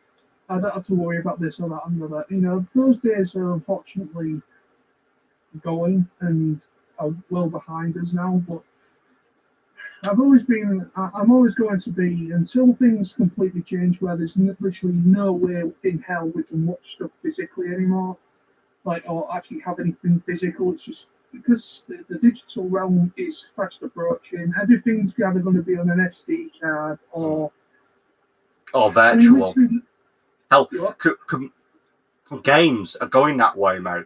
Literally, games are pretty much digital now. I mean, yeah, you can still buy a disc, but all that's on a disc is effectively the activation code. Just to, I mean, it doesn't matter. You could buy a PC or a PlayStation 5 game on disc. Nowadays, all that is an activation code. And effectively, all that's on the disc is about 4 gig of, say, a 40 gig game. For example, up in my bedroom, I've got a drawer full of old late 90s, early 1000s Windows games. One day, that might be the only way to play them on the physical discs, because those games could eventually disappear and, there'd be no way to play them. And real quick, just to quickly mention Silver Comet, you mentioned about 5 score divided by 4. I am aware of that MLP fan fiction, and I will fully admit I own a copy of the hardback edition that came out. I actually own a physical copy of that hardback edition. I keep it very safe because of how rare it is. I have it, yeah. I'm being serious. I own a copy. I don't actually have it in here with me, but I do have the copy, or the physical hardback copy of 5 score divided by 4. I own that physical copy of that fan fiction. I own it. Do you have the DVD with Dr. Wolf on the cover? No, I don't have that one. I heard about that. Unfortunately, I don't own it. I know that was like a very, very rare thing that popped up. But yeah, I don't have that. That I'm aware of. As far as I'm aware, I don't own it. I know it will be a massive collectible, that particular DVD. I know it will. I also have the physical hardback edition of Fallout Equestria. I have that. I just looked up on the Ministry of Image, actually, looking at the. So I'm interested in checking out Fallout Equestria, and literally the one that you're talking about now, the fallback with a real nice art, cover art and everything, it's like $100 now. What, 80 quid, 85 quid? Yeah, still, it's a lot for a book. Yeah, but it's worth having because of its rarity. Yeah, it's an independent thing, and it costs a lot to get these independently printed. I get that. Still. Yeah, it's like Silver Comet says, you get those rare stamps with planes backwards. It was a printing error. It's really weird, but did you know, for example, I've never actually seen one because they're that rare, but the rarest copy of Harry Potter is Harry Potter and the Philosopher's Stone. But rather than using, hang on 1 second. Rather than using J.K. Rowling, which is the pen name, J.K.'s like full name is Joanne Rowling, and there is actually a very, very rare print edition of Harry Potter and the Philosopher's Stone with Joanne Rowling on the spine, and apparently there's only supposedly maybe a dozen of them in existence, and they're meant to be like so rare that it's impossible to actually give an estimate of how much they're worth. Please take a photo of you holding a blue book with the rim. I will, Silver Comet. I promise you, I will. I will take a picture of it, and next time we do a live stream, so next weekend, because we'll do another one, I will show. Actually, what I'll do, I will have the book with me. Okay, I'll bring it in here, and if you join us next week, I will show you the book. I'm serious. I own it. All right. I'll bring it in. I'll make sure I have it with me next weekend, and I will show it to you. As I said, I own that book. I appreciate it is a very, very rare book, and I'm bloody lucky that I got hold of it. I can't even remember how much it cost me because short story. I was browsing film fiction. I came across a blog of the author who was talking about the physical copy. So I basically pre-ordered it, and like a year later, it obviously got released. Be sure to show some of the images, and not all of them. Some are secret and never posted anywhere. I will. As I say, I promise you, Silver Comet, right now, I will bring it. I will basically next weekend. I'll have the book in here, and I will happily show it to you on a live stream with Nosy. Obviously, if Nose is going to do the live stream, I won't be on camera, but I'll find a way. You know what? Sorry, I'll do a right. Quick question, Silver Comet. I could do a video review of it because I've never actually done a review of the book. I do own it. I've had it for a few months now. I will do a video review of the book. Okay, I will try and get it. Do a video review. I'll do a video review this week because I want to do I really want to get some reviews done anyway.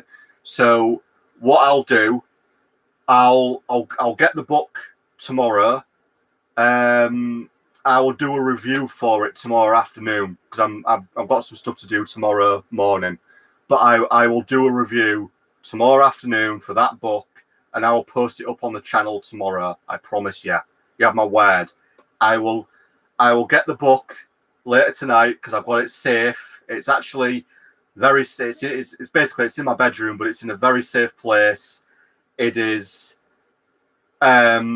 basically in a special container as well, so it's not going to get damaged. Yeah, so I will do a special review for you, and I'll get it up on this channel tomorrow, sometime tomorrow afternoon. I promise you, I will do that for you. Be sure to make the review without serious spoilers. Perhaps limit it to Earth. Yeah, I will keep it low spoiler. I promise. Yeah. To be fair, the container's nothing special, to be honest. It's just kind of what it came in, but I will have it in the container, so you'll be able to see that. Yeah, but I will do that. How do I plan on preserving the book? Basically by keeping it in the container it's in. As I said, it did come in its own like container. I will show it in the review. It has its own kind of container. The container, to be fair, won't last forever. So I would have to look at a different container later on. But what it's currently in would last for probably 10 years. It would eventually break apart though, because it's not designed to last forever. But as I said, I will do a review for it. It won't be spoiler heavy.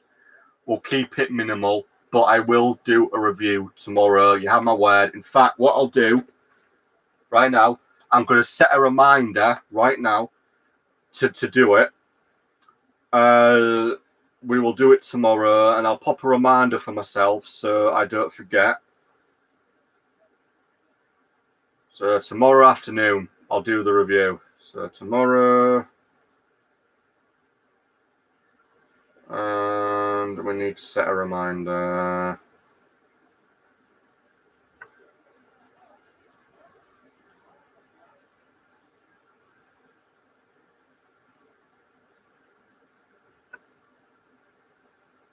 Okay.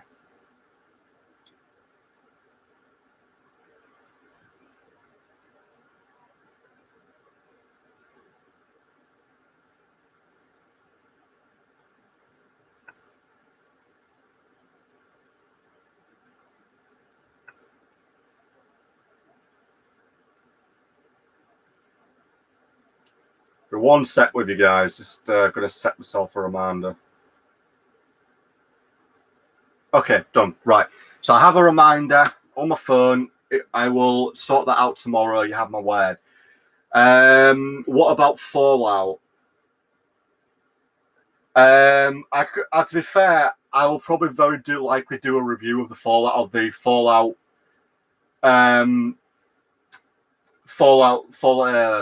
Equestria. I'll probably review that at some point because I actually have two versions of that book. I have K-Cat's release because K-Cat did a 4th edition release about 18 months ago. I own that. And I also own the Ministry of Image exclusive one, which comes in its own case with tons of extras like bookmarks and booklets and loads of stuff. So I'll probably review that at one point as well. This is like a mini Xmas. Never expected to find somebody having that physical book. I'll be honest, like I said, Silver Comet, it was pure luck. I literally I just came across it on FinFiction at the right time when the author had basically said, I'm doing a limited release of a book for it.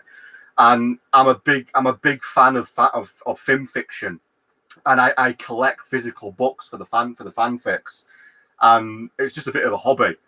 So yeah, but like I said, review for you, my friend. I'll get it done tomorrow. I will have it up tomorrow afternoon, tomorrow evening.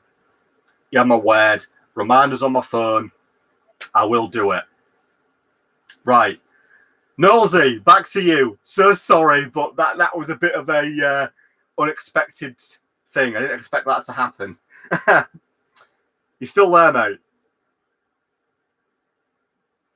Nosy? You still with us?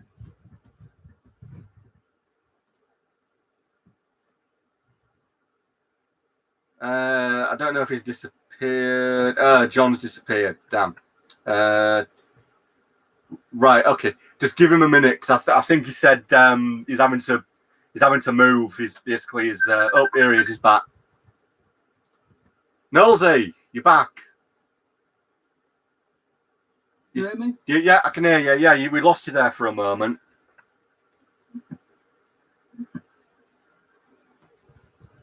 I'm really, really low. I can't even hear you properly.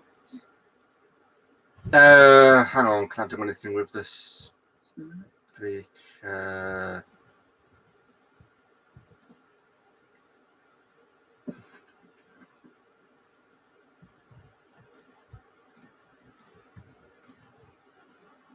How's that? No, it's finished on my end. I can't turn it up anymore for some reason. Yeah. So no, bloody hell. I don't know. I don't know what happened there. We've just spent like the last 30 minutes talking about the very rare physical hardback copy of a fanfiction that I own. So I am now going to be putting that up on our channel tomorrow. I've promised Silver Comets I will get it done tomorrow afternoon for him. You hear me now? Yeah, we can hear you fine, mate. Definitely. Oh, brilliant. There you better now. Yeah. Yeah, literally, I was waiting that bloody long. The phone died on me. Well, not died, but literally, it knocked me off the freaking call because obviously you took over. So sorry. I'm real sorry, mate. I didn't mean to do that. It's just I got a bit of a rather in-depth conversation. Sorry. It's fine. It's fine. So now, like I was saying, guys, what I tried to say, I will hold Sam to it because I was listening to it and for some reason I couldn't be heard.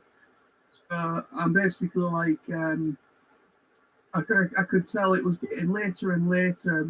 Sam saying it'll be coming tomorrow, some point in the afternoon. Then he said evening. I thought eventually he's going to say the next week or two.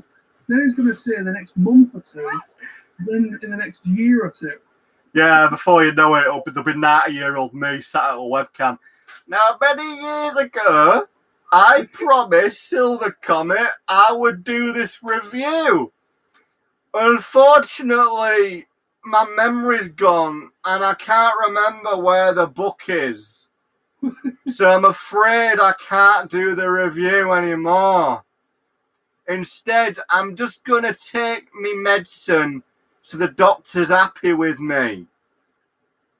I'm so sorry, but in my old age, I just can't remember where the book is.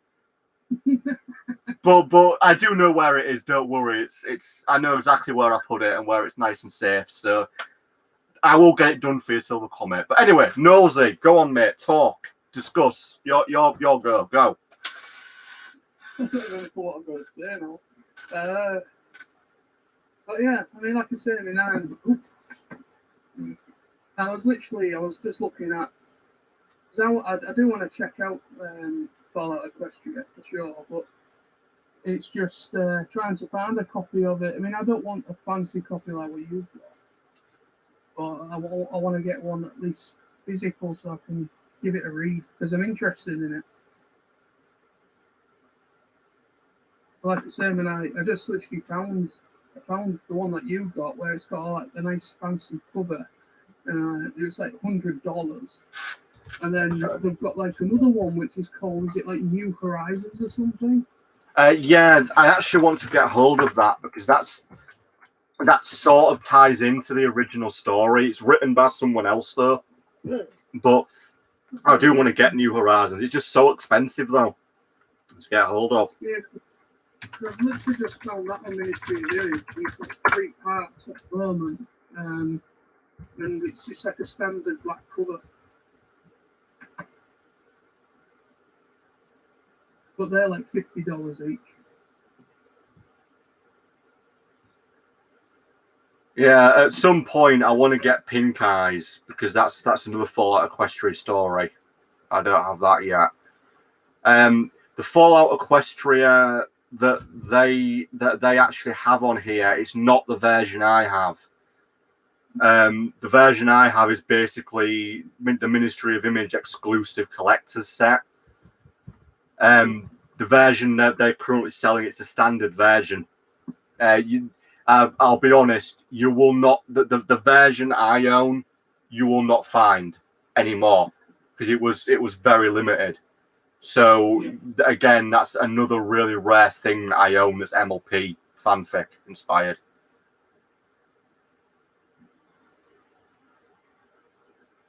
Like I said, I mean, I don't know what more I can really add to that, to be honest, because I don't think I've actually read an actual fanfiction, to be honest. You need to, mate. You need to read Fallout Equestria. You need to read that. Yeah, I want to. I like how Silver Comet says, I have great appreciation for people of honor who honor their word. He's basically saying, Sam, if you don't do that video for me, I'm going to hunt you down. So, you know. Yes, exactly. Which version is the extended director's cut? Silver Comet, are you referring to Fallout Equestria? The book? Is that what you mean by director's cut or extended? Because I know that there is 2 versions of the book. Is that what you're talking about?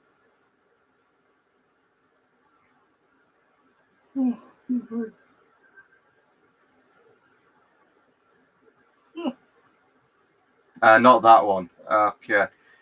Because there is technically a director's cut of Fallout Equestria, but it's basically. Are you aware of the context of it? Yeah, the director's cut or extended edition. It basically the story behind that is when it was finished. Another basically brony writer on film fiction wrote effectively a clop fic that was set in the actual story of Fallout Equestria between 2 characters, and K-Cat liked it so much that it was incorporated into Fallout Equestria. So there's actually 2 versions of Fallout Equestria. There's the version without, to be blunt, there's the version without the sex scene, and there's the version with the sex scene. And since I have the special edition of Fallout Equestria plus K-Cat's release, they both have the naughty scene in it, which is an entire chapter basically. You can buy a version that doesn't have that in. So that's sort of what the director's cut is. It's just 1 chapter added. You can probably tell I know a lot about MLP fanfics. I read a lot. I read them a lot. Like, I think you're beginning to understand here, folks, that are watching this. Sam is a very, very, very perverted man. And there's something so innocent as a few pastel ponies, and he's buying stuff and backing stuff that is very, very, very naughty. So you can kind of see what kind of man Sam is. I'm a good boy. I'm not that kind of man. I'm a pure-hearted. I have a halo. Like, you have a halo, bloody hell. If anyone says otherwise, they're lying. Bloody hell. What a night it's been. Right, just a quick note. 20 minutes, we'll call it a night, if that's all right, everyone. It's literally been almost 4 hours. So we'll give it 20 minutes, and I want to call it a night. That all right for everyone? Yeah, that'll be fine. Yeah. As I said, Nosy, you're in charge of the next live feed, mate. You say that, and then you said that you was going to go and, like, the next live stream, I will show you, I will have this book in my hands, and I will show it. Like, how can you do that when it's my turn? Well, yeah, but I'm just going to do a review for that book. I will get that done tomorrow, I promise. On the honour that Silver Comet loves, the honour, I will do it. Hence, Silver Comet may hunt me down. So, we will do it. Plus, I think I need to prove I own that book. I would so laugh if you started getting a lot of comments saying that isn't actually what you think it is. That's actually completely fake. That's a bootleg. It's legit. It was bought directly off the author from his website through FinFiction, so it's legitimate.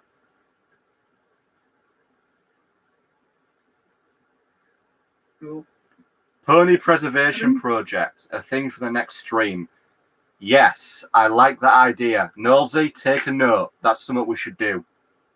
What?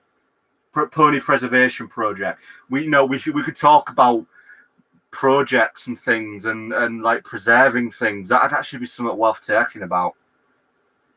Right, sounds good. Interesting. I'm making a note of that. Because that's somewhat worth talking about. I know we've already spoken about this, but it's been a while. But yeah, I mean, I'll be doing a review at some point soon as well for the Season 10, Volume 1 of the My Little Pony graphic novel.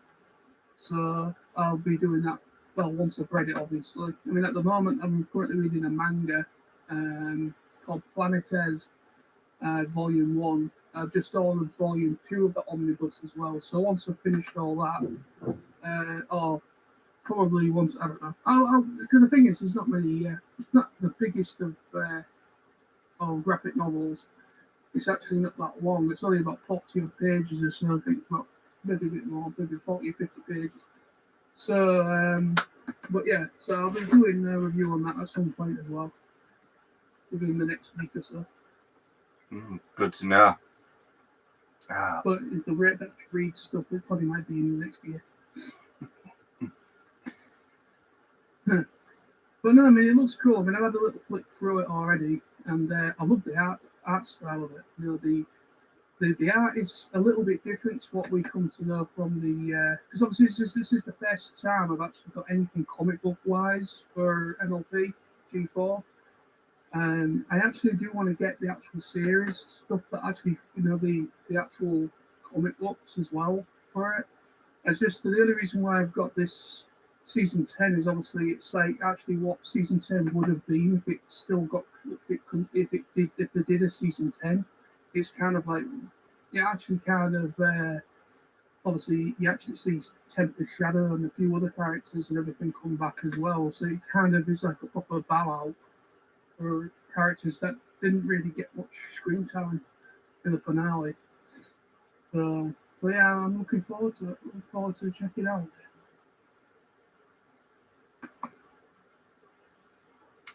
Yes, it's interesting. You know, with Silver Comet Pony Preservation Projects, You've given me an idea.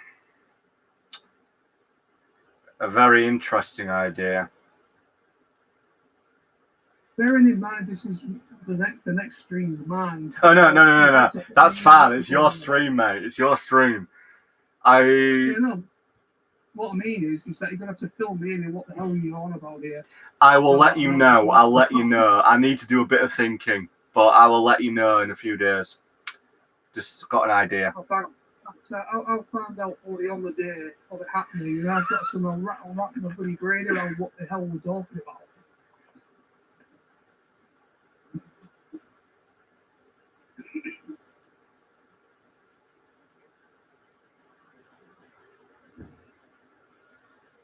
Bloody hell, I think this has probably been one of the longest streams we've ever done. Yeah, it is actually. Yeah. I think literally only got 30% of it's actually been Tony related. Yes. At the end of the day. Silver Comet mentions IDW stuff would always be canon B since Hasbro chose to continue original Equestrian G5. Given they never shared a single writer, the guys on the comics never had the source, the Bible, or the unspoken details. I'll be honest, Nolsey, if there's one thing I would love to see, is it's the Bible of MLP, which, as we all know, every series has a Bible, which is obviously all the arts, all the story ideas, everything like that. They're obviously very highly protected. The only Bible that you can view online, I mean, the whole thing, because since the series is off air and the studio that created it no longer exists, you can actually read the entire Bible for Code Lyoko. Oh, really?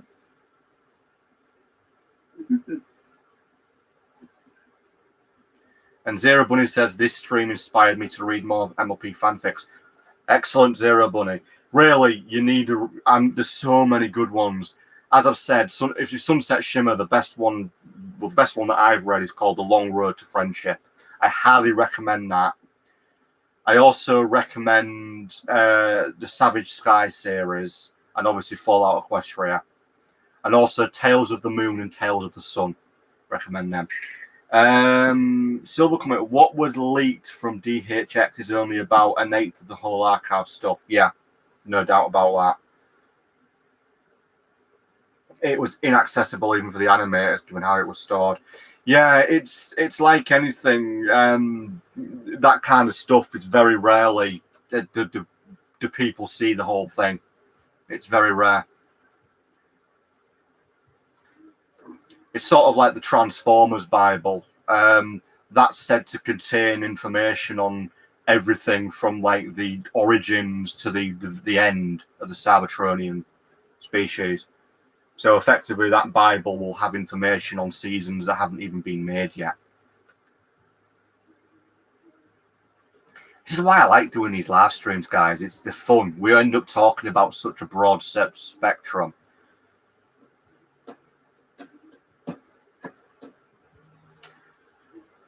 It has been an interesting stream, definitely.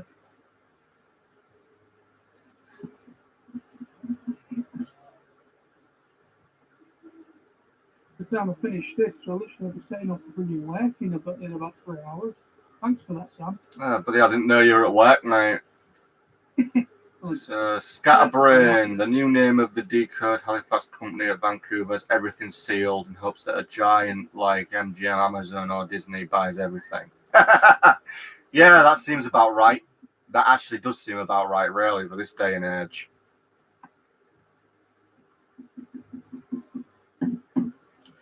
Yeah, just to mention Silver Comet there, there's so much stuff that's like that, that's, sealed away, locked away with the hopes that somebody will buy it one day. Just on that note, when Disney bought Fox, the amount of property that Fox owns that was basically revealed by Disney, it's insane. Like, Fox literally had the film rights for loads of stuff. They've got film rights for books that were written like 50 years ago, and they've never made the films. They've literally got decades worth of stuff from Fox that has never been made. Like Fox have the film rights for loads of stuff from authors that in some cases have been dead for 20 years, and they've never made the films. It's really insane just how much property Fox owned that they never bothered with. Yeah. Oh yeah, as Silver said, it'd be in a physical vault. It wouldn't be in a big warehouse somewhere. And Zero Bunny says, I recommend you watch Scribble Productions, long, narrow, and others who read fanfics. Yeah, I watch Scribbler. I listen to Scribbler a lot. He's a good fanfic reader. Yeah, I'm subscribed to Scribbler and the Lost Narrator and all them people. All really good.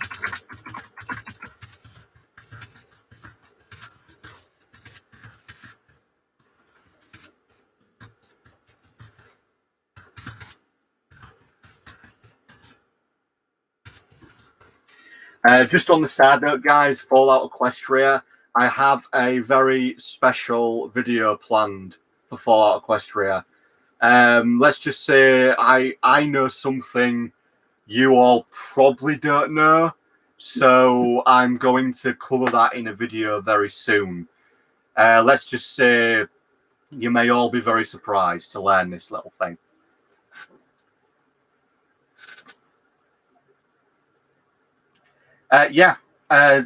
Silver Comet, did you know current concepts of hell are a fanfic written by Dante? Yeah. The Divine Comedy, Dante's Inferno. Yeah. It literally, he was literally the reason why the church gained so much power.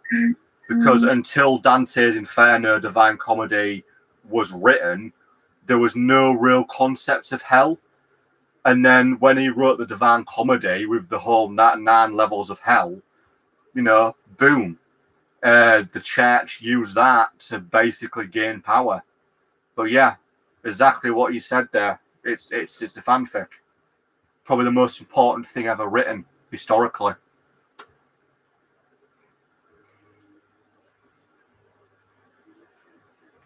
Yeah, it was wrote in common Italian because obviously back then Latin was sort of the way, because obviously we're getting a bit historical here, but short version, back in the day, the church only wrote in Latin, so all the copies of the Bible were in Latin, and any religious texts were in Latin. So the common person, the poor man, couldn't read or write Latin. In fact, they could barely read or write. So if you wanted to do that, you effectively had to become a priest. Then, as Silver Comet says, when Dante wrote the Divine Comedy, it changed everything.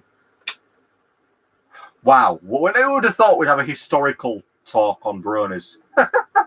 Hey, but why not? Don't bother me.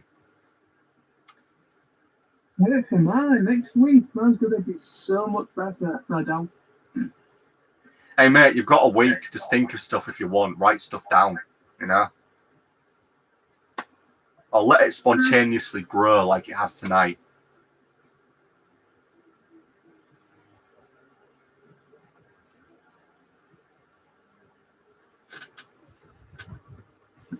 Here's a question for the chat and also for you, Sam. Aye. Getting back on the pony side of things. If there was to make a video game based on either G5 or G4, whatever it is, what would you like it to be? What kind of game would you like it to be? And also, what characters would you like to be included in the game?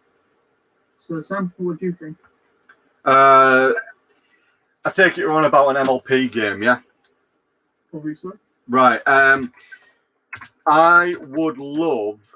It'd actually be two. Hello to Fluttershy, Florence B. There. Hello. Anyway, in regards to your question, John, MLP game, I would actually love. I think it would be two. Actually, let me go with the one, because if I said Fallout Equestria, there actually already is a Fallout Equestria game in development. But I would love to have a game based off the Savage Sky series, which is a fan fiction. The reason I would want a fan fiction based off the Savage Sky series is because it's such a great story, and it heavily features martial arts. And as somebody who's practitioner of martial arts, I really like that fan fiction, and it'd be really good to have a game where you basically can play as one of the characters from the story and use their fighting style, and you just use that, because the overall martial arts in the Savage Sky series are amazing, because each one represents the race. So there's the Gala King, which is the Pegasi martial art. There's the Mountain Root, which is the Earth Pony martial art. And then there's the I forget what the third one was. There's a third one which represents the unicorns. I forget what it's called. But each one represents the three races. It's really good. It's really good fanfic. Okay. I think for me, when it comes to a game, I think obviously they've been trying to make a G4 fighting game for a while. I don't know if you heard that there was like they couldn't get the rights. Hasbro wouldn't allow them the rights to the characters, and it actually became fighting llamas or something. Them's fighting heads. That's it. Yeah, I've got it on Steam. But it was actually originally going to be a MLP fighting game. But for me personally, I'd love some sort of fighting game that would be interesting. And also possibly something a little bit like Zelda the Wild or whatever it is, where basically it's real like proper open world. You can go on like main quests, side quests. You can play as any pony you want from G4 or whatever, and you basically kind of like either if you're a unicorn, whatever, you can kind of like thingy your magic abilities. You can also do fighting. You can probably fight as well, probably if need be. Kind of a little bit like a Zelda kind of base formula, like they're doing with Zelda the Wild. I've never played that game, but I've heard it's really, really good and well received. And I think kind of like an open world game with all the characters, you could literally play as any characters you want, even if it's a secondary character, even Discord or anyone. And you can pretty much kind of like do all these kind of quests and go all around Equestria. And then probably go to different worlds, different places that probably was mentioned. Probably like worlds that we probably never actually originally got to see in the show, or ones that were probably touched upon in the comics. You kind of like go to like different areas of like Equestria. You could just like go around the Equestria deep forest or whatever, or the dark forest or whatever, and go around there. You could probably go to the world with the zebras, where Sakura came from, anything like that. I mean, I don't think that would ever happen, but a game like that I think would be really cool. So, in regards to that game you mentioned, Nosy, and a few people have mentioned in the chat, the big, what was it? Fighting is Magic, I think it's called. Fighting is Magic, yeah, that one. Did you know that game exists? The physical Fighting is Magic game exists. It was made. It does exist in full, but you can only play it. I forget the name of the convention, but there's an MLP Brony convention in America, and they're the only place where you can play that game. They have a specially built basically arcade machine with that game fully complete on it, and they actually have I think they have literally permission to have that, and it's the only place in the world you can play Fighting is Magic. I can't remember the convention's name, but they have an arcade machine with the physical completed game on it, and it's the only place on the planet you can play it. Wow, interesting. I need to go to that convention. I can't remember which convention it is, but I read about it about 2 or 3 years ago. Because I'm aware of at least a couple of really big ones that were real popular. Unfortunately, either no longer happening, or whatever.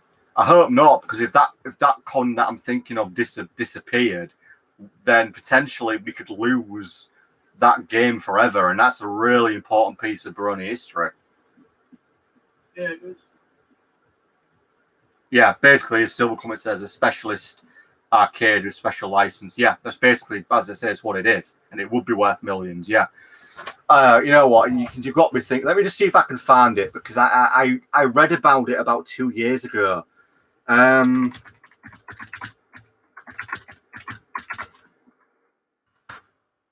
Just have a quick here. I know there's a convention that has it.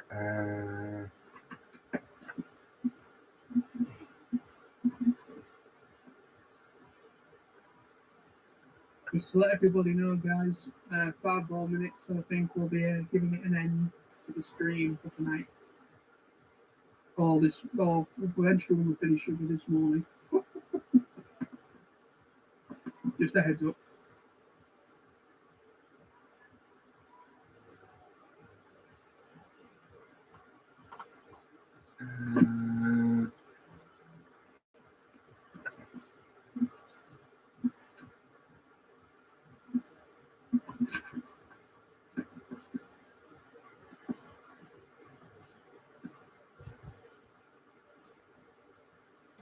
I think this is it. Is this it?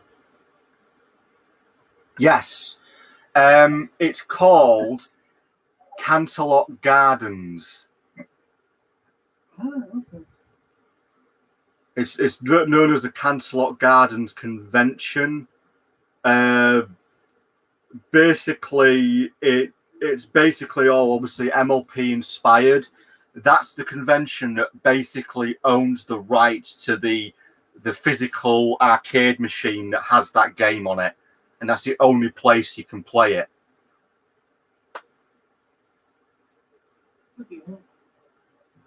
I've never actually heard of that convention, actually. And a lot of the big Ronnie YouTubers don't seem to have ever been to it. It's either, I think is it some Cider Fest something, and obviously it was BronyCon, but that's no longer happening. And there's another one as well. I think there's only 2 or 3, like a lot of the big ones that do these conventions. It's basically an independent convention, mate. That's why. They all are. They're all independent. Yeah, I mean, this one was the definition of independent. Right. It literally it sort of set, according to this, it set itself up in about 2015. Let's see, is it still going? Because I hope it is, because it's, like I said, it's the only place on the planet you'll find this game. Potentially there might be a few unofficial copies knocking around the internet, but this is the actual complete game. Well, that's not the actual website. Let's have a look.